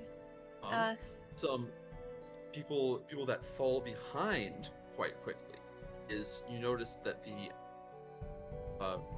horse from House Othos, a bright white mare named Brilliant Snowstorm, stumbles in the first half of the race and drops quite far behind most of the rest of the pack. And the horse from House Prodroma is only a little bit ahead of them. A dappled brown horse named Hawthorne Gentleman. You can tell pretty early in the race neither of them are going to be in contention. And last but certainly not least, Ernie, how is your man Jacek doing? Average. Mm-hmm. Until he doesn't, I think this is one of them circles, right? Yeah. Yep. Yeah. So the horses they're going, and he's kind of holding it up in the middle, and he's got 5 gold right here in his hand, like come on, and the fucking horse slips and almost like throws the rider off, like disaster. Like this is one of them like falls off horse bucks, almost hits him in the head type of deal. Somehow recovers and finishes strong with a strong 18 at the very end. That last roll, but man, that middle one was not good. It was not good at all. All right. So based on that information, anyone? Yes. I'm sorry. I actually really wanted to bet on the horses. Oh, We're that's what gonna I was have the gonna say. opportunity. Okay, cool. Yeah, no, Awesome. that's what I was gonna say. Is like I will say now that hearing that information, what anyone want to make any bets? I was gonna say the pool would have been 5 gold. If we want to like retroactively, like I would have gone up to everybody. Would we have gone? Like Covington would have been getting ready, so maybe he have been missed out on it, or would he have been like, hey, like. Yeah, have Covington would have found if there was betting somewhere and put a bet on himself anyway. That's just what the Covington do. So that would be easily found. So each let's just say 5 gold. We're not gonna give exact numbers. You can just say small, medium, or large sum. We're not gonna add exact numbers into this. Well, I'm sorry. I was gonna put a medium sum on my man. Okay, medium sum. Medium sum on Covington. Medium sum on Covington. On Covington. Medium sum on Covington. Who's in this race? Covington jury. Sorry, go ahead. Covington jury from House Gamanor, Jacek from House de Leon, and then there are also writers for the Imperial House, House Patricia, House Othos, and House Prodroma. I'll put a small amount on Miguel's right. Jacek, okay. Silver is Deander betting on his girl. Yes. All right. What would you say matching what other people are putting in? Yeah. So, it's a pretty exultant finish line, as with just honestly by a really good lead, a jury comes in first. With about a 2-second lead, followed almost at the exact same time by Covington and the horse from House Patricia. Very neck and neck. Kind of a neck and neck. And in fact, there's actually a discussion of the judges at the finish line that delays the award ceremony by a few minutes as they debate on who was actually in second place. But as they finally make the decision, they announce that Baron Covington Blackthorn of House Blackthorn comes in second, and the rider from House Patricia in third. Damn. That's a good showing. So, Jury, she won. So whatever you bet on Jury Silver, you get back and more. I now have a large sum. Not a large sum. The crowd is going wild. Jury was already a fan favorite from the joust, and the fact that she also won the horse riding competition puts her in a very, very good standing with a lot of the people here. Yes. But with that, there is another very important meeting that has to go on between said Baron Covington and a certain Countess Camilla. And I was gonna say very, very quickly, was there any words that people were exchanging to each other, or just money? Was all the main faces all in attendance for the horse race? Yes. Okay. I wouldn't have. Mail's gonna celebrate all of the podium people pretty equally, but then give a little bit more favor to Covington, and then give a little bit more favor to Jury, just to go ahead and equate their placement. Pulling you not quite from the winner circle, but as you exit with your horse Cinnamon, Countess Camilla and actually Lord Tiberius are both there to escort you, Covington. They leave a servant to take care of your horse, and the three of you walk over to the suite of rooms that the Othos family stays in permanently in the castle. Remind me which one Tiberius is. He is the grandson of Count Canis Othos, the really old guy who's married to the woman you're talking to. He was the one who is. What else was he? He was. He lost. He lost the joust. Didn't he lose to Ironhoof specifically? Yeah. Lost So he's yeah, the one. that guy. He's the one who lost to Ironhoof. Yeah. Yeah. Covington's gonna remark about that. And he's like, "Oh, that was a well fought joust against my man Ironhoof the other day, but hard to beat a slab that big." Indeed, it felt particularly rough. Yes, I'll tell him to go easier next time. Oh, no need. I won't tell him to go easier next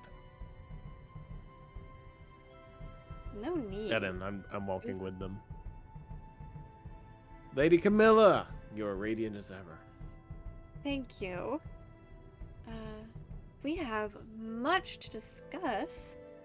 As she leads you both to her parlor, which is very nicely decorated in Othos colors. Lots of books, lots of parchments. You can see where she's in the middle writing various different letters. And she sits down, and a servant quickly brings her a lemon and ginger tea. Thank you.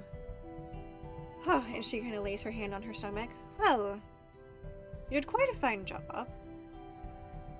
Well, thank you. I didn't know what to expect when it came to racing horses. I've always been more galloping through fields, but I think Cinnamon put on a good show. Quite. Go ahead. Lord Tiberius, actually, as they bring tea for everyone, dismisses all of the servants, so you are alone in the room, closing the door, and walks over to a small harpsichord that's on the side of the room, playing a simple melody to drown out any prying ears.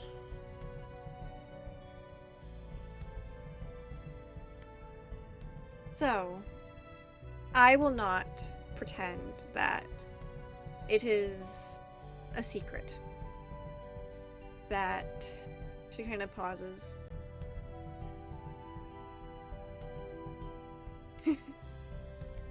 Oh, how does one put this? Your house is known for taking down House Meloda, correct? I didn't have a house at the time. I was a simple mercenary, but yes, I had a militaristic role in the fall of House Meloda, unfortunate though it may be. Very tragic thing. It is a tragedy that my family is all too acquainted with. As a many generations, well, not that many generations, I still exist. My family was also destroyed by a similar type of coup. This is most tragic. I had no idea. Yes, but sitting in my old seat is House Galmanor. Is that so? Mm. Ooh. And she'll kind of look over at the bookshelf. Yes. House Crowlette. So old they don't even hang our banners anymore. But needless to say, I know you have a variety of interesting folks in your employ, my friend. And You could say that for sure.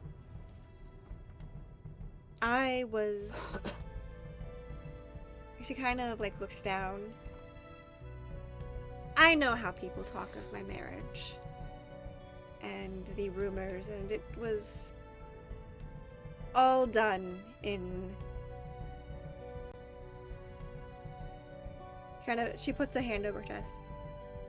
It was done in the interest of my own safety that I had to marry Count Canis so swiftly and unexpectedly.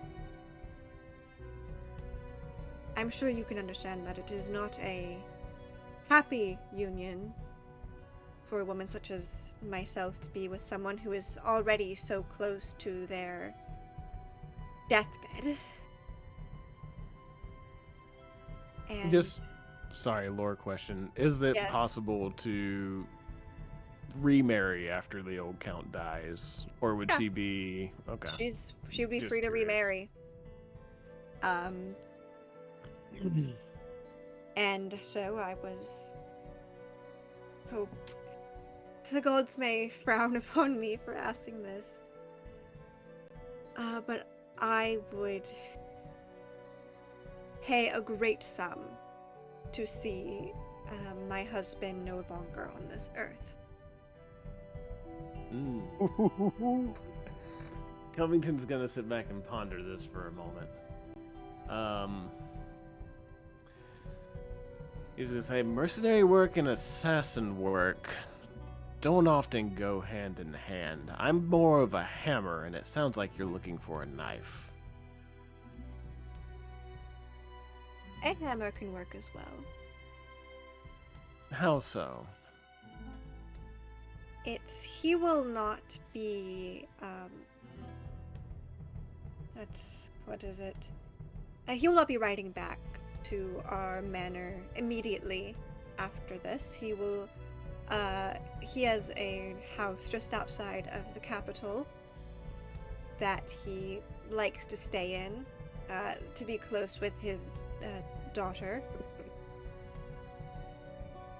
And if it were to suddenly be besieged by bandits or ruffians of some account,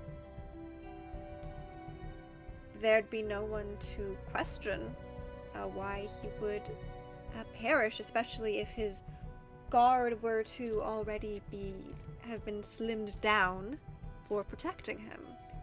And as much as they are wonderful guard, don't question me on that.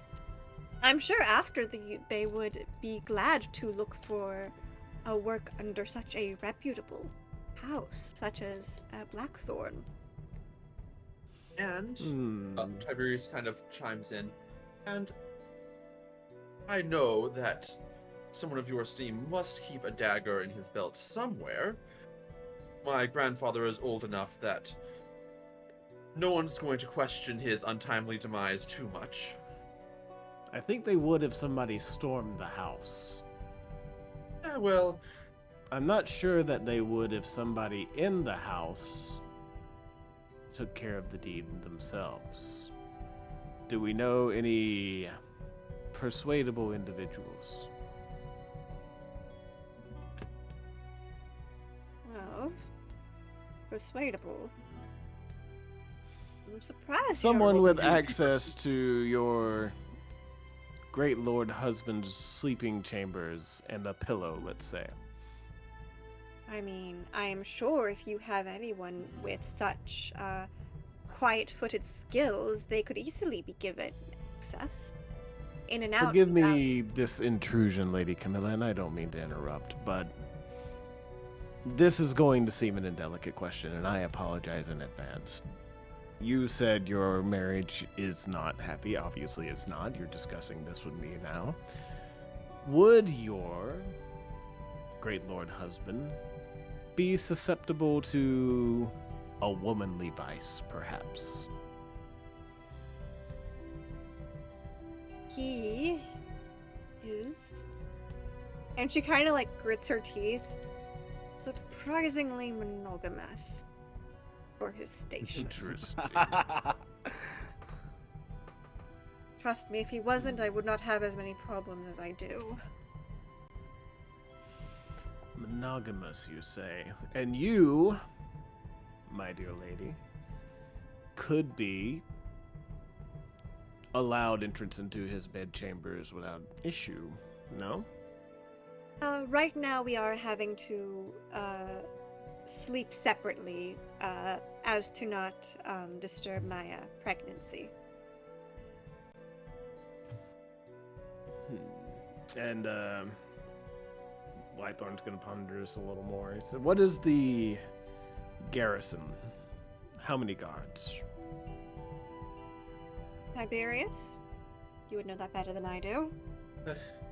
I think at the moment there's no more than a half dozen. And how... I'm sure there are no slackers, but are they known for being particularly potent at their job? Some are. Only some the are not. worst of our, only the worst of our in our employ are relegated to the vacation house, of course. Interesting. I would have saved that for the best of employ.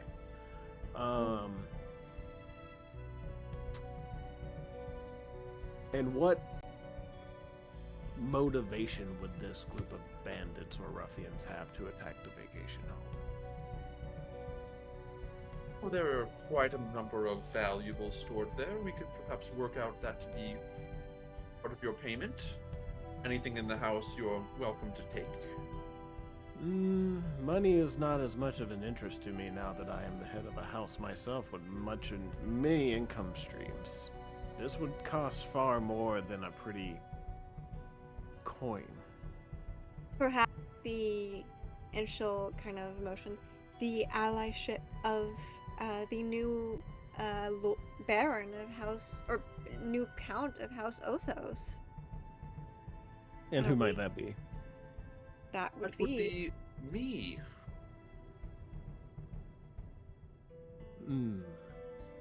and obviously He's I gonna would ponder this.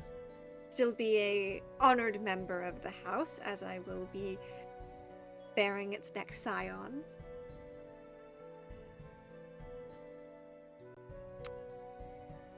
That's a strong proposition, and Covington is just thinking through ways he might be able to get away with this. And you Might I have an evening to dwell on it? And I'm sorry to interrupt. Please continue. As a mage of the highest regard, I'm sure if there's a magical item or need you have, I'm sure I could get it for you. No, as payment for a future or past favor. I'll be sure to review that with my good man Belford Hmm. and see if there's But- anything that we could be of use. But I do have another question for you. I am at your service, Your Radiance. As I mentioned, my house has befallen a tragedy mere generations ago.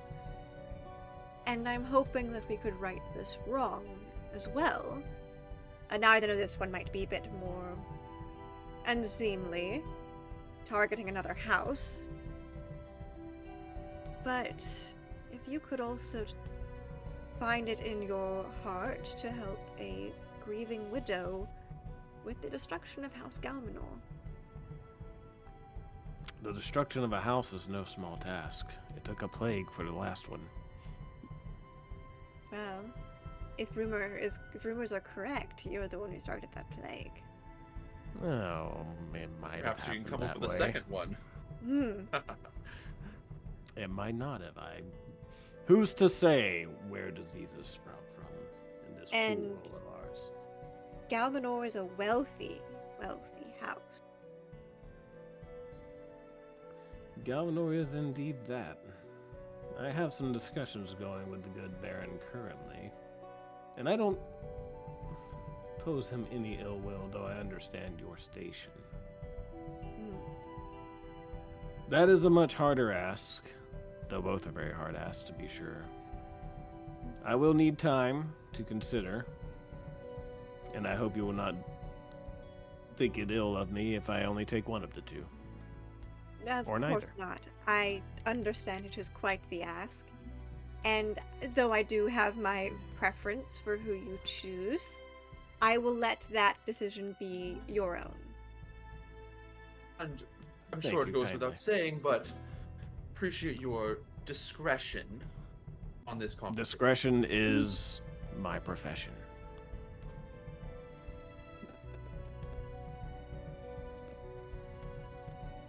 And then Cupid's gonna lean in to Camilla, and he's gonna say, I hope you understand. I put on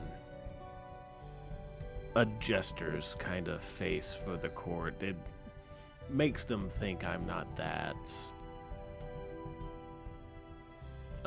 conniving, malicious, I suppose. It's hard to make friends when you're the leader of a mercenary crew as infamous as mine, with the rumors out there that there may be. Forgive any of my foolery, and forgive me right now, as I'm about to dabble in a little bit more when I loudly leave here and proclaim this marvelous proposition. Pardon? And then he's gonna get up and put on his hat and then burst out. It's like, oh, that was just the most beautiful 15 minutes of my life. Thank you, Countess. And then wander off.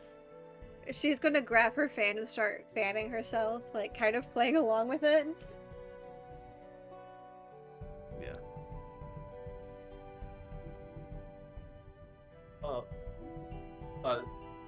Tiberius kind of looks over at Camilla.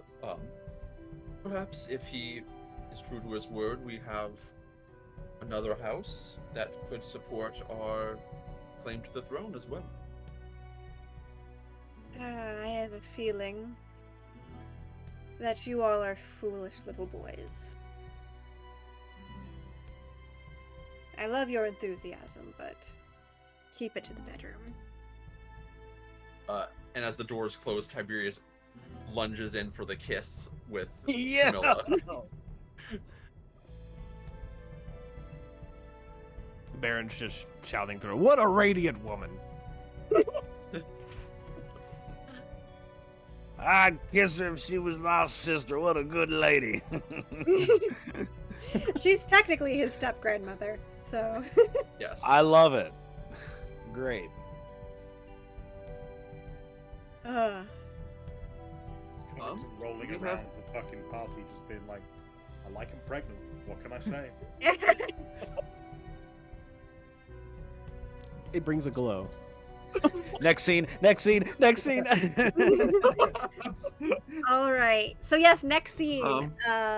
It is the day has worn on, and a cool breeze has kind of settled along it. Not enough to mess with the skill of our beautiful archers, but we do have an archery competition.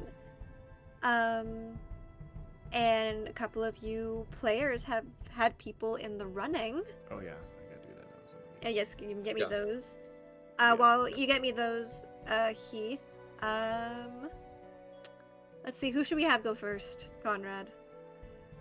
I think who steps up first in a proud wave to the rest of the crowd and to the much louder cheering of the Dowager Empress is the prince himself, sporting a beautifully polished longbow. Steps up to the up to the line to make his shots at the bullseye to open up the event. I just want to make sure Nice. I'm rolling the right thing. Sorry, I'm still new. Do I need to roll Roll 3 attack Ranged rolls. attack. Ranged attack rolls. range attack rolls? Okay, I'll find that on my sheet. Add either a short or long bow to your character sheet, and then just because I know you're Yeah. using. Yes, I will do that. Okay, 3. Yeah. You notice, and as the prince raises up his bow, he puts up an impressive showing, hitting first arrow pretty much in the center, definitely in the center ring, not like perfect bullseye, but in the bullseye range. The second, in the next outer ring, a little bit off, but in his third shot, he corrects and just barely gets within the bullseye ring once again. And a loud array of clapping for showing of the prince.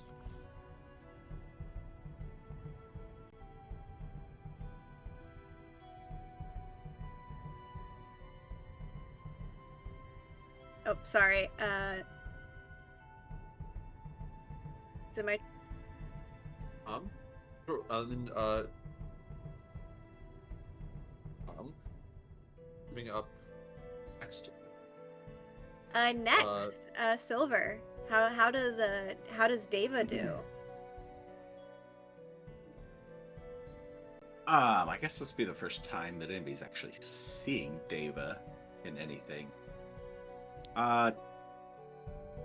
Long blonde, wavy hair, blue eyes, very attractive young 21, 22-year-old. She's actually 21. I'm going to go on record that I know the ages of my characters. So. And steps up very confidently, lets loose her first arrow. Let me go double check what numbers I sent so I remember what I'm shooting. But hits just inside the bullseye with the first shot.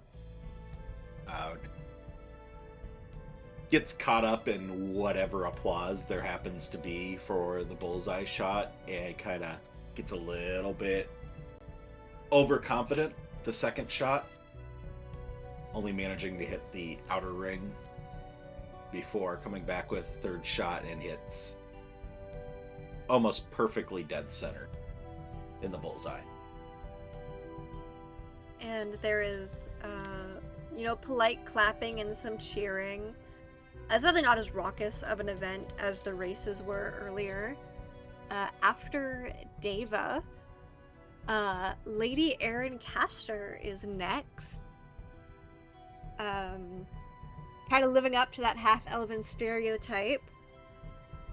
And it's really the first time she's been sort of front and center at an event, other than, kind of being someone there to talk to. Her first shot is direct in the center of the bullseye. Her second one is in that kind of final ring. She doesn't do as good.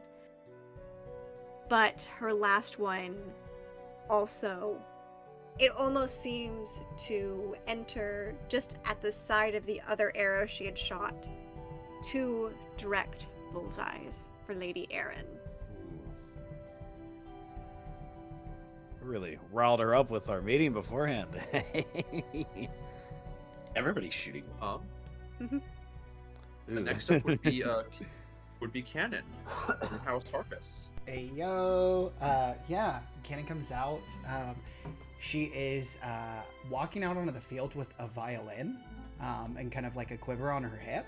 And she's just playing her violin as she kind of approaches. She has like a cloak on that covers most of her body, just like a very neutral kind of like beige.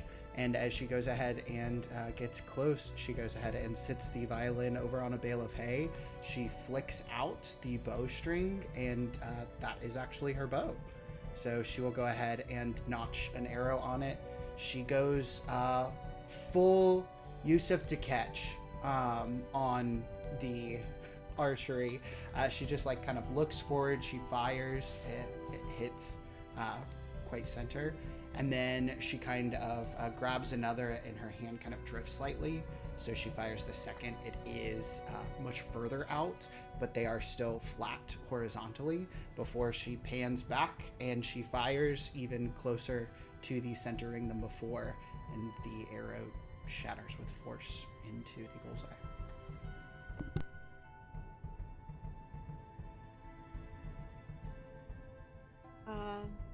So next, we shall have Covington. Last up. Oh yeah, Covington is next. Yeah. So if I just make sure I understand the rules, if I got exactly 18, I hit a bullseye, right? Yes. Yes. Okay. So Covington comes out, all pumping up the crowd, bowing with his hat, his all usual stick. And then he takes his bow, and he takes a deep breath, and he breathes out. He lets loose the first shot. Instant bullseye. No ifs, ands, or buts about it. It's right there in the middle of the target. As solidly as it could possibly be. So now he's feeling himself. He's hearing the crowd. He's wanting to showboat a little bit. He takes his bow, puts it behind his head, and goes, flah, without even really looking. It goes a little wide, hits the outside of the target. And now he's like, no, I gotta pay more attention again. So he takes his bow, puts it back in front, takes a deep breath, focuses, lets it go, and then boom, right into the second bullseye. All Did right. everybody hit bullseye, miss bullseye, hit bullseye? Yep. That's a lot of what people's roles have been. Yeah. But last but last- certainly. Go ahead, Conrad. Last but certainly least, Tiberius steps up with a bow, eager to redeem himself, and after the showing everyone else puts on, truly makes a fool of himself. He's walking a little funny, so. Oh no! He lines himself up. The first shot goes into like the middle ring, and he tries to amp himself up. He shoots again and just misses the target completely. And face burning red, he goes to shoot a third time and barely hits the outside of the target, and just walks off the field in shame. But as I could do that with the bow behind my head. As the judges come out and are measuring and comparing the shots, there's whispering as they bring both Cannon and Prince Narcisse back onto the field. It's too close to call between them, and they're going to have them both shoot one more arrow as the final deciding factor. Simultaneously, they both draw back their bows, and Prince Narcisse twitches at the last moment, and his shot goes a bit wide and just hits the edge of the target, while Cannon's hits a solid full bullseye. And crowd goes wild, and being a very good sport, Prince Narcisse offers Cannon a handshake, and congratulates her on her win. She takes it.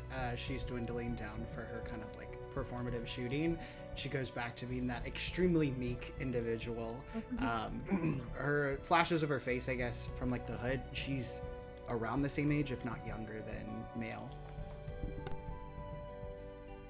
I would also say that seeing cannons win, Deva, who was the shooter for House Galmanor, goes and gives her a solid handshake and good game.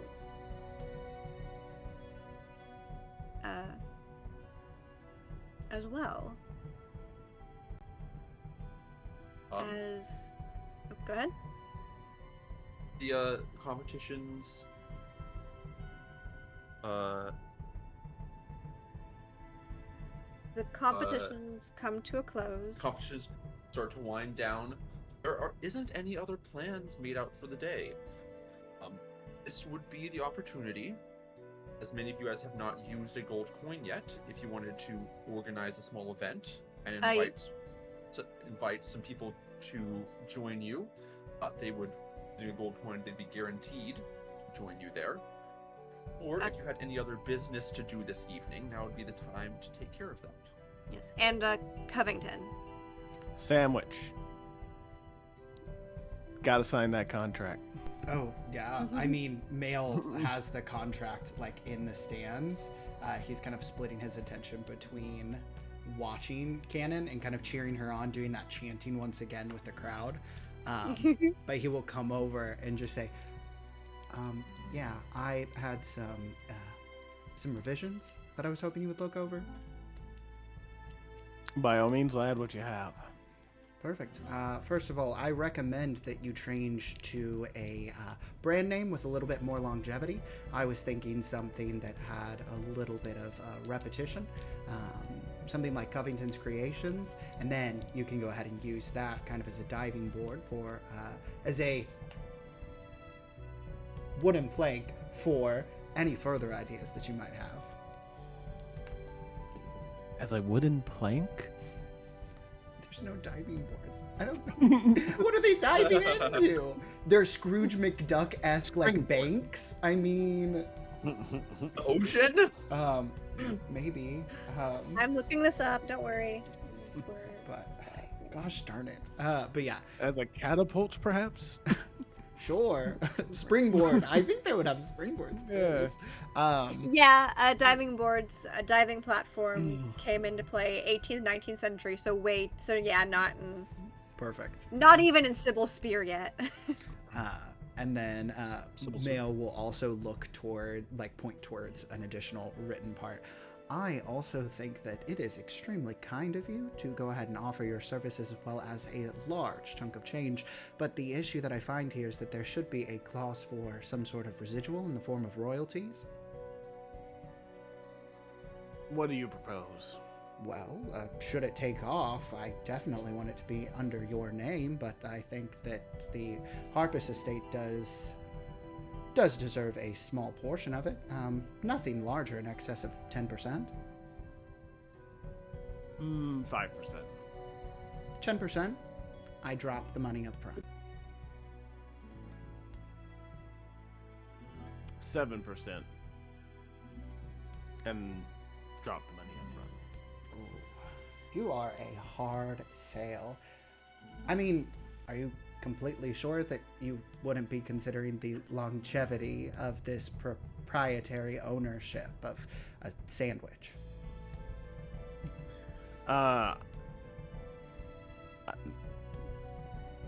Let's just say that haggling over gold is what I do. Perfect. Well, there's no gold up front, so 10% sounds great to me. And he'll go ahead and put out a hand. You think you're clever. I've been doing this a long time, lad. He's gonna demonstratively stuff his hand in, like, his front pockets. He said, 7% into silver. How about we go ahead and go 7% and you offer your services for a year? 7% no gold services for a year. Perfectly fine with me. Pleasure to have the hounds under Harpus. And he'll go ahead and put out his hand, push it a little bit forward again. I feel like the jerk when you Covington's gonna shake. hold off for a second. He said, services to what end? Well, I know we have another contract to be written up about those specifics, but I would like to know what you have in mind. well, a whole year of services of the royal hounds at the liberty of the seller. I do believe that's what you put inside of the contract. With contract to be written later. Of course, though it is at my own liberty. If there's another piece of paper to be drafted up, so be it. Let me review this document real quick. Year of service by the Royal Hounds of the Liberty of the Seller. Straight from the mouth of the quill.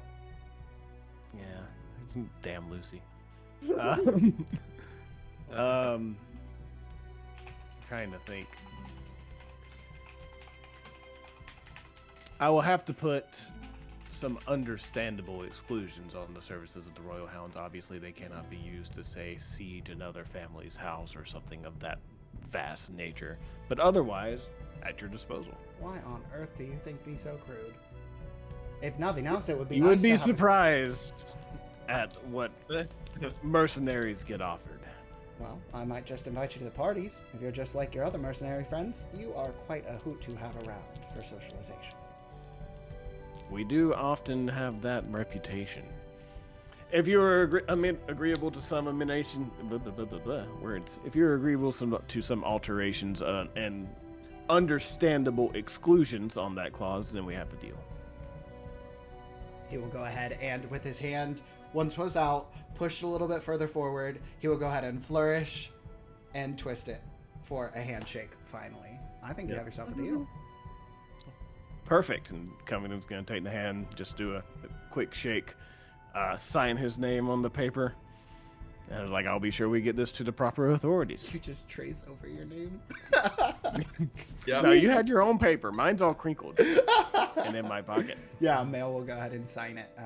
Big old, like, John Hancock style Maelstrom Harpus. Any other conversations to end this evening? I do have one thing. Is that Mail, as you go back to your room, you feel a shake in your document case.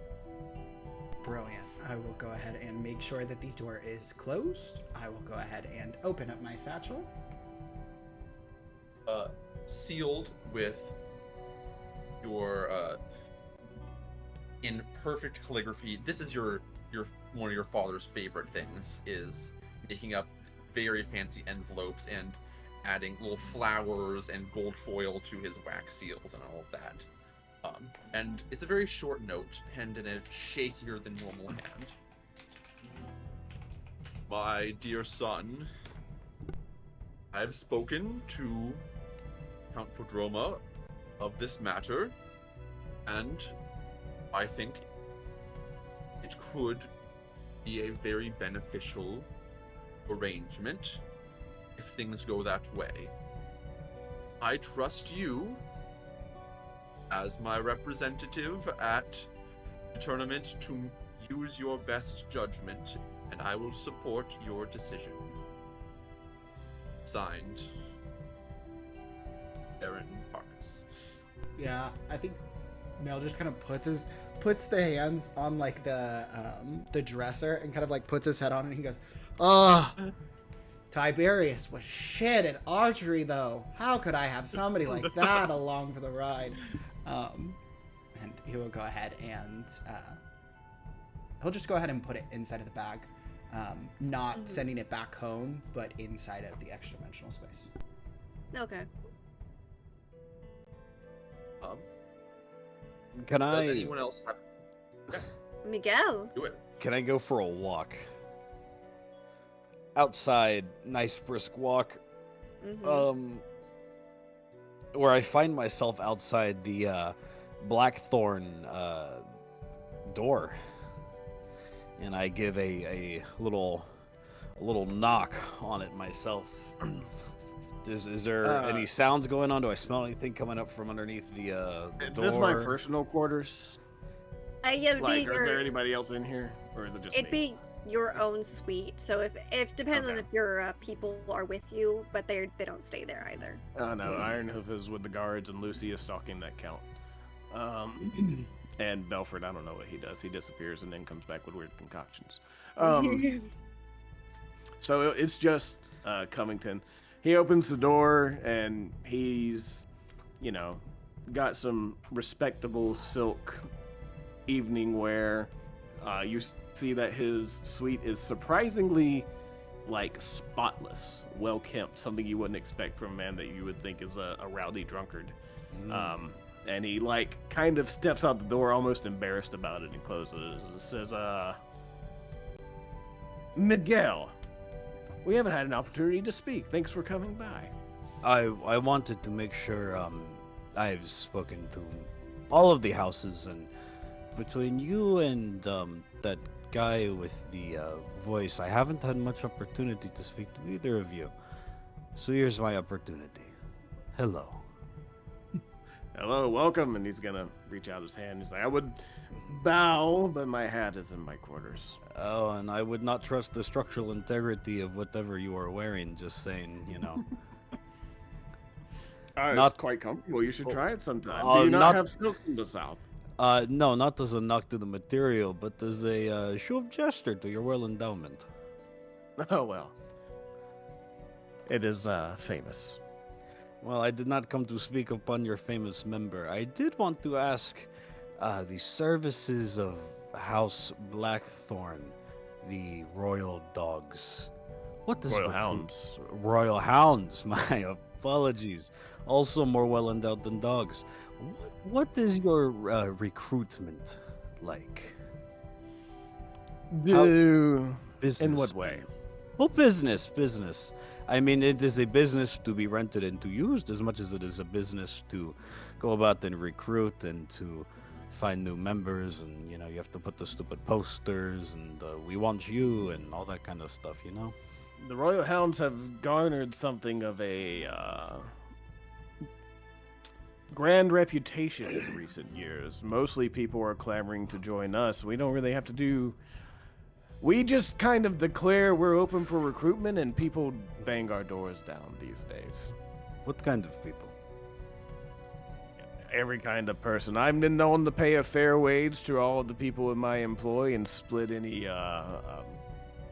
winnings as fairly as possible across the crew, and that has attracted no small amount of attention from everyone. Unfortunately, as much as I would like to spread the wealth far and wide, I can only bring on so many. Gold only stretches so far, so we usually go with the cream of the crop that bangs down our doors, and it is often the cream of the crop. Oh, definitely. You do not sell meats without selling only the highest quality meats. But I was inquiring more about, you have people like you and me with rounded ears and open eyes and no horns. But I was wondering about the other types of people, if those types of people are something that you allow in your envoy. In the Royal Hounds, if you can hold a spear and charge down a battlefield, and you can do it well, we don't care what else is about your person. Mm-hmm.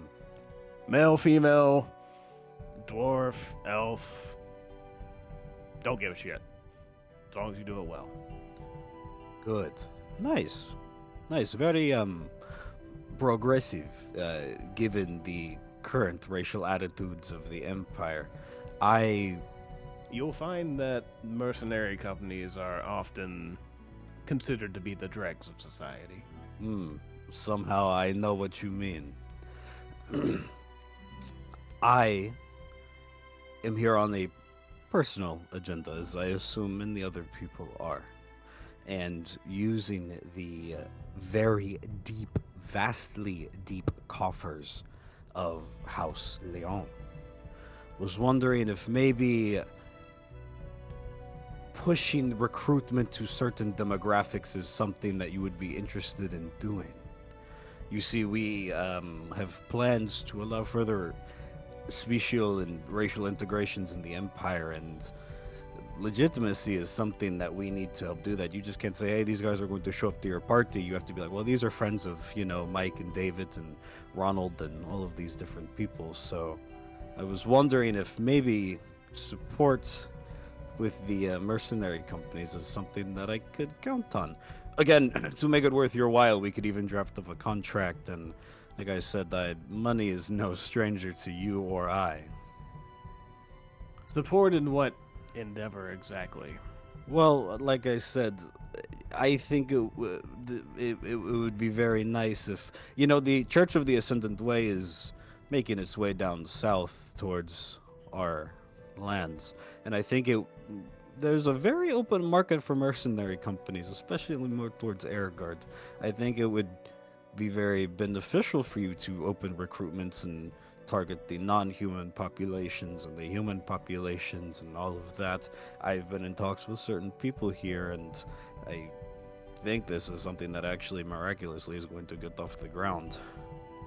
If we could entrust your business and allow you to move in and have the Royal Hounds be the top dog in the South, and mercenary companies, all due respect, just have our backs on anything that gets pushed forward in this issue. I think this could be amenable. The hounds are getting stretched a bit thin here lately, but that just means that there's more money to be had. So if I open recruitment with some of my more trusted captains, get people trained into whip shape, hopefully you don't need them sieging a keep anytime soon, but in 6 months, a year, I could have a strong force of recruiting, because I do believe there's good fighters everywhere. You just got to dig them out.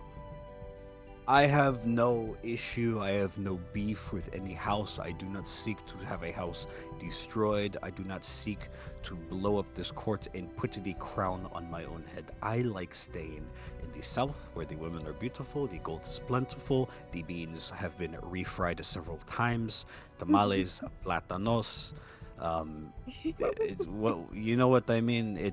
I want to stay very comfortable where I'm at. I have no intentions or delusions of grandeur. Whatever. I don't need you to kill somebody on my behalf. That's a big ask. That's a very big ask for something. So I tell you what, I will send Ironhoof and a company south after this. Whatever this is concludes. It's not really a ball. No. I will send the Ironhoof and a company south after I return back to my lands, and they will meet you down there. Open recruitment for a southern branch of the Royal Hounds and start training. And like I said, we can work up the documents. We can give you the rights to corner that part of the labor market. We can, with gold, as long as ensure there is sufficient currency to afford their presence and keep them fed, no problems with me. Please, of course. Mind you that we can count on you for your support with this kind of things, yes? Absolutely. Covington is kind of just outside. Covington's kind of blind that there is even because he's just been in a mercenary company where people were kind of always there anyway. So he's kind of blind to this even being a thing. He knows in the back of his mind, but it's not really something that's like splashing him in the face. So he's just like, sure, absolutely. Yes, that's all I need. Yeah. Bueno, then we can work up a draft. I will have my people send it to you maybe by morning in the tomorrow, and we can enjoy the fruits of our blossoming friendship. If the women are as beautiful as down south as you say, then I'll have to come see them myself. Dios I am mío. my famous member. Yes, all members are famous down there. Yes, yes. But I will see to it that this is done, and I bid you a buenos noches. I don't know what that means, but good night. as I give him a bow, I go in to shake his hand and make sure that it is his hand that I'm shaking, and then I go back to it. I enjoy my walk, and I maybe almost speak to myself. I did not have to do any sneaking around as I thought. This has been very straightforward. I like how we had in the most racist empire, we happen to have like all the highest barons are just like, yeah, that's stupid. It's like, dude, like, let's get the 10 most not racist people and the most powerful people, in the Illuminati of like being progressive and not racist. That's okay. Anyone else have any late night activities for themselves or their house members? I just want to note that I put Lucy to not really spy on the old count, but kind of just keep a record of what he gets up to and who all visits and when and all that kind of stuff. Count Venus does not get very many. Oh, sorry. That's just Ironhoof is checking on the if anybody wants to be recruited into the Royal Hounds from the Royal Guard. Sure. Yeah, Count Canis doesn't get very many visitors, mostly just his own house servants and his wife and grandson, as well as occasionally the Dowager Empress. They are related. He doesn't do very much. Kind of goes to the normal meetings, but peters around a little bit. Goes to bed early. Prefers port wine as a nightcap. Is there a time of day that it would be easier to supposedly sneak into his quarters if that was wanting to be done? He goes to bed early, and a few times he's been seen taking a mid-afternoon nap after lunch. Mm-hmm. Right. So I'll think about this, but I'm just spitballing having Lucy sneak in there and put a pillow over his face and be done with it. But we'll think about that. Yeah, if you want, like, we'll check in with the other houses and then see if you make a decision if you want Lucy to do that tonight or not. Or we could talk about it at top of next session during other stuff as well. If you need more time. I just need to check her sheet, and I don't have it around. I don't know how good at stealth she would be, and I don't know what the repercussions would be for her getting. Oh, she's a spy, I believe. Spy. Yeah, just look up the spy stat block. Or I can send it to you. But we'll check in. Yeah, we'll check in with the other houses. Anything for any other late night activities? Yeah. Yeah. Oh, you want me to explain it too? Okay. I mean, I would hope so. Well, late at night there are certain things that. So, my two folks that are pretty constantly working around the area, they're gonna do a handoff between who they're supposed to be covering. So the one that has been following a certain individual. I don't know how much I'm supposed to disclose and open, but the one I sent you checks on before Conrad is going to swap off of that person, and Dave is going to take over on that role. Right. As long as anything's kept out public. Once retired to the quarters, be done. Kind of keep casual. But also my primary guy is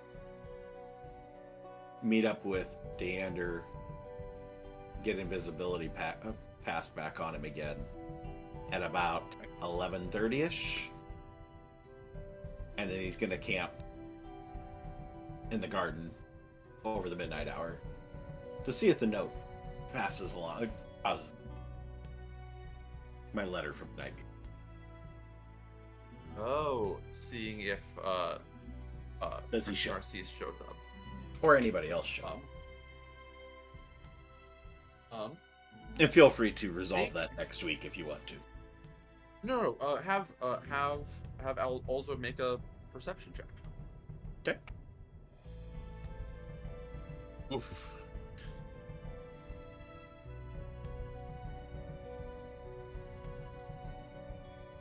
24. 24. Also would clearly see a cloaked figure hiding in the gardens, watching as well. You can't see their face. It's dark, and they're wearing a hood and a band of cloth around the bottom of their face to obscure it. But also has a pretty good sense that they can measure out builds, and this isn't Prince Narcissus himself. Okay. But there was definitely someone sent to look to see if anyone would show. And just from hearing, there's rustling of probably a couple other people who are less stealthy further out in the garden, or out of eye shot. Okay.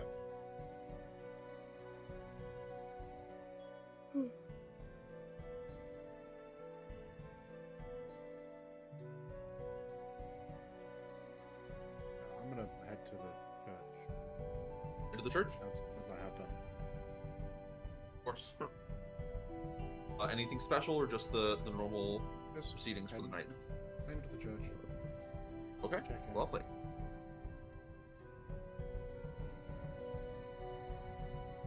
Anyone else? And anybody else? No. Mail's, Okay. Mail's gonna go ahead and can he use the evening to send a follow-up letter to somebody? Or do you want to reserve that for the beginning of Let's next session? Let's reserve that for next session. Okay. Yeah. Cool. Then in that case, he's just gonna go ahead and do some prayers to the Pantheon. He's specifically, though his family mainly worships Noctalis, he cannot discount the Lady of Light's hand in what will happen in the joust tomorrow, especially its performative nature. So he's just gonna wish for a blessing on River.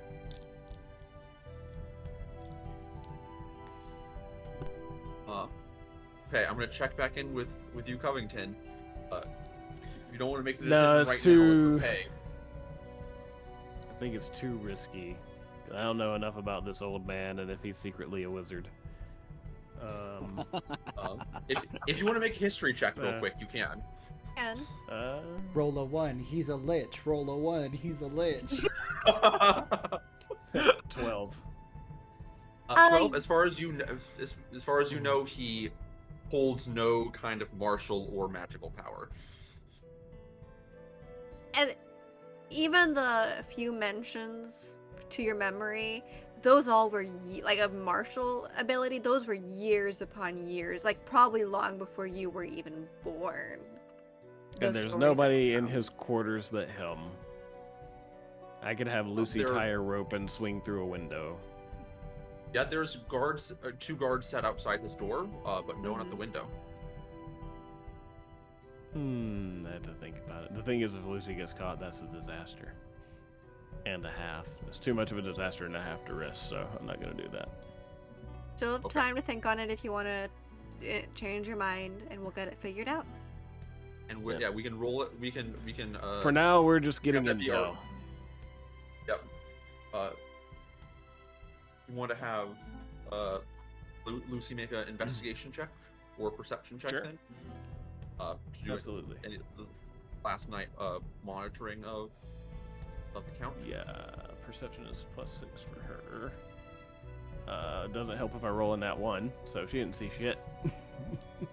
Yeah, no, just the information that was described already.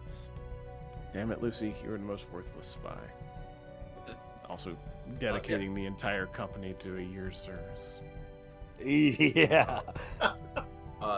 If you decide to change your mind, we can make that our opening action for next week.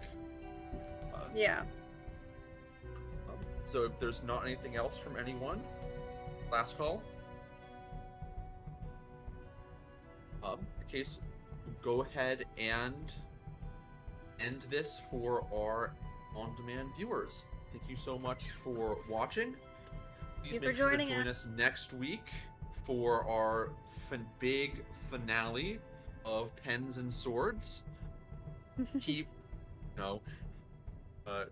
wait and see where all of these plot lines end up, this building tension and drama. Make sure to come watch live. You can influence the stream, give inspiration, give re-rolls. But for now, thank you for watching, and we'll see you next time. Yay.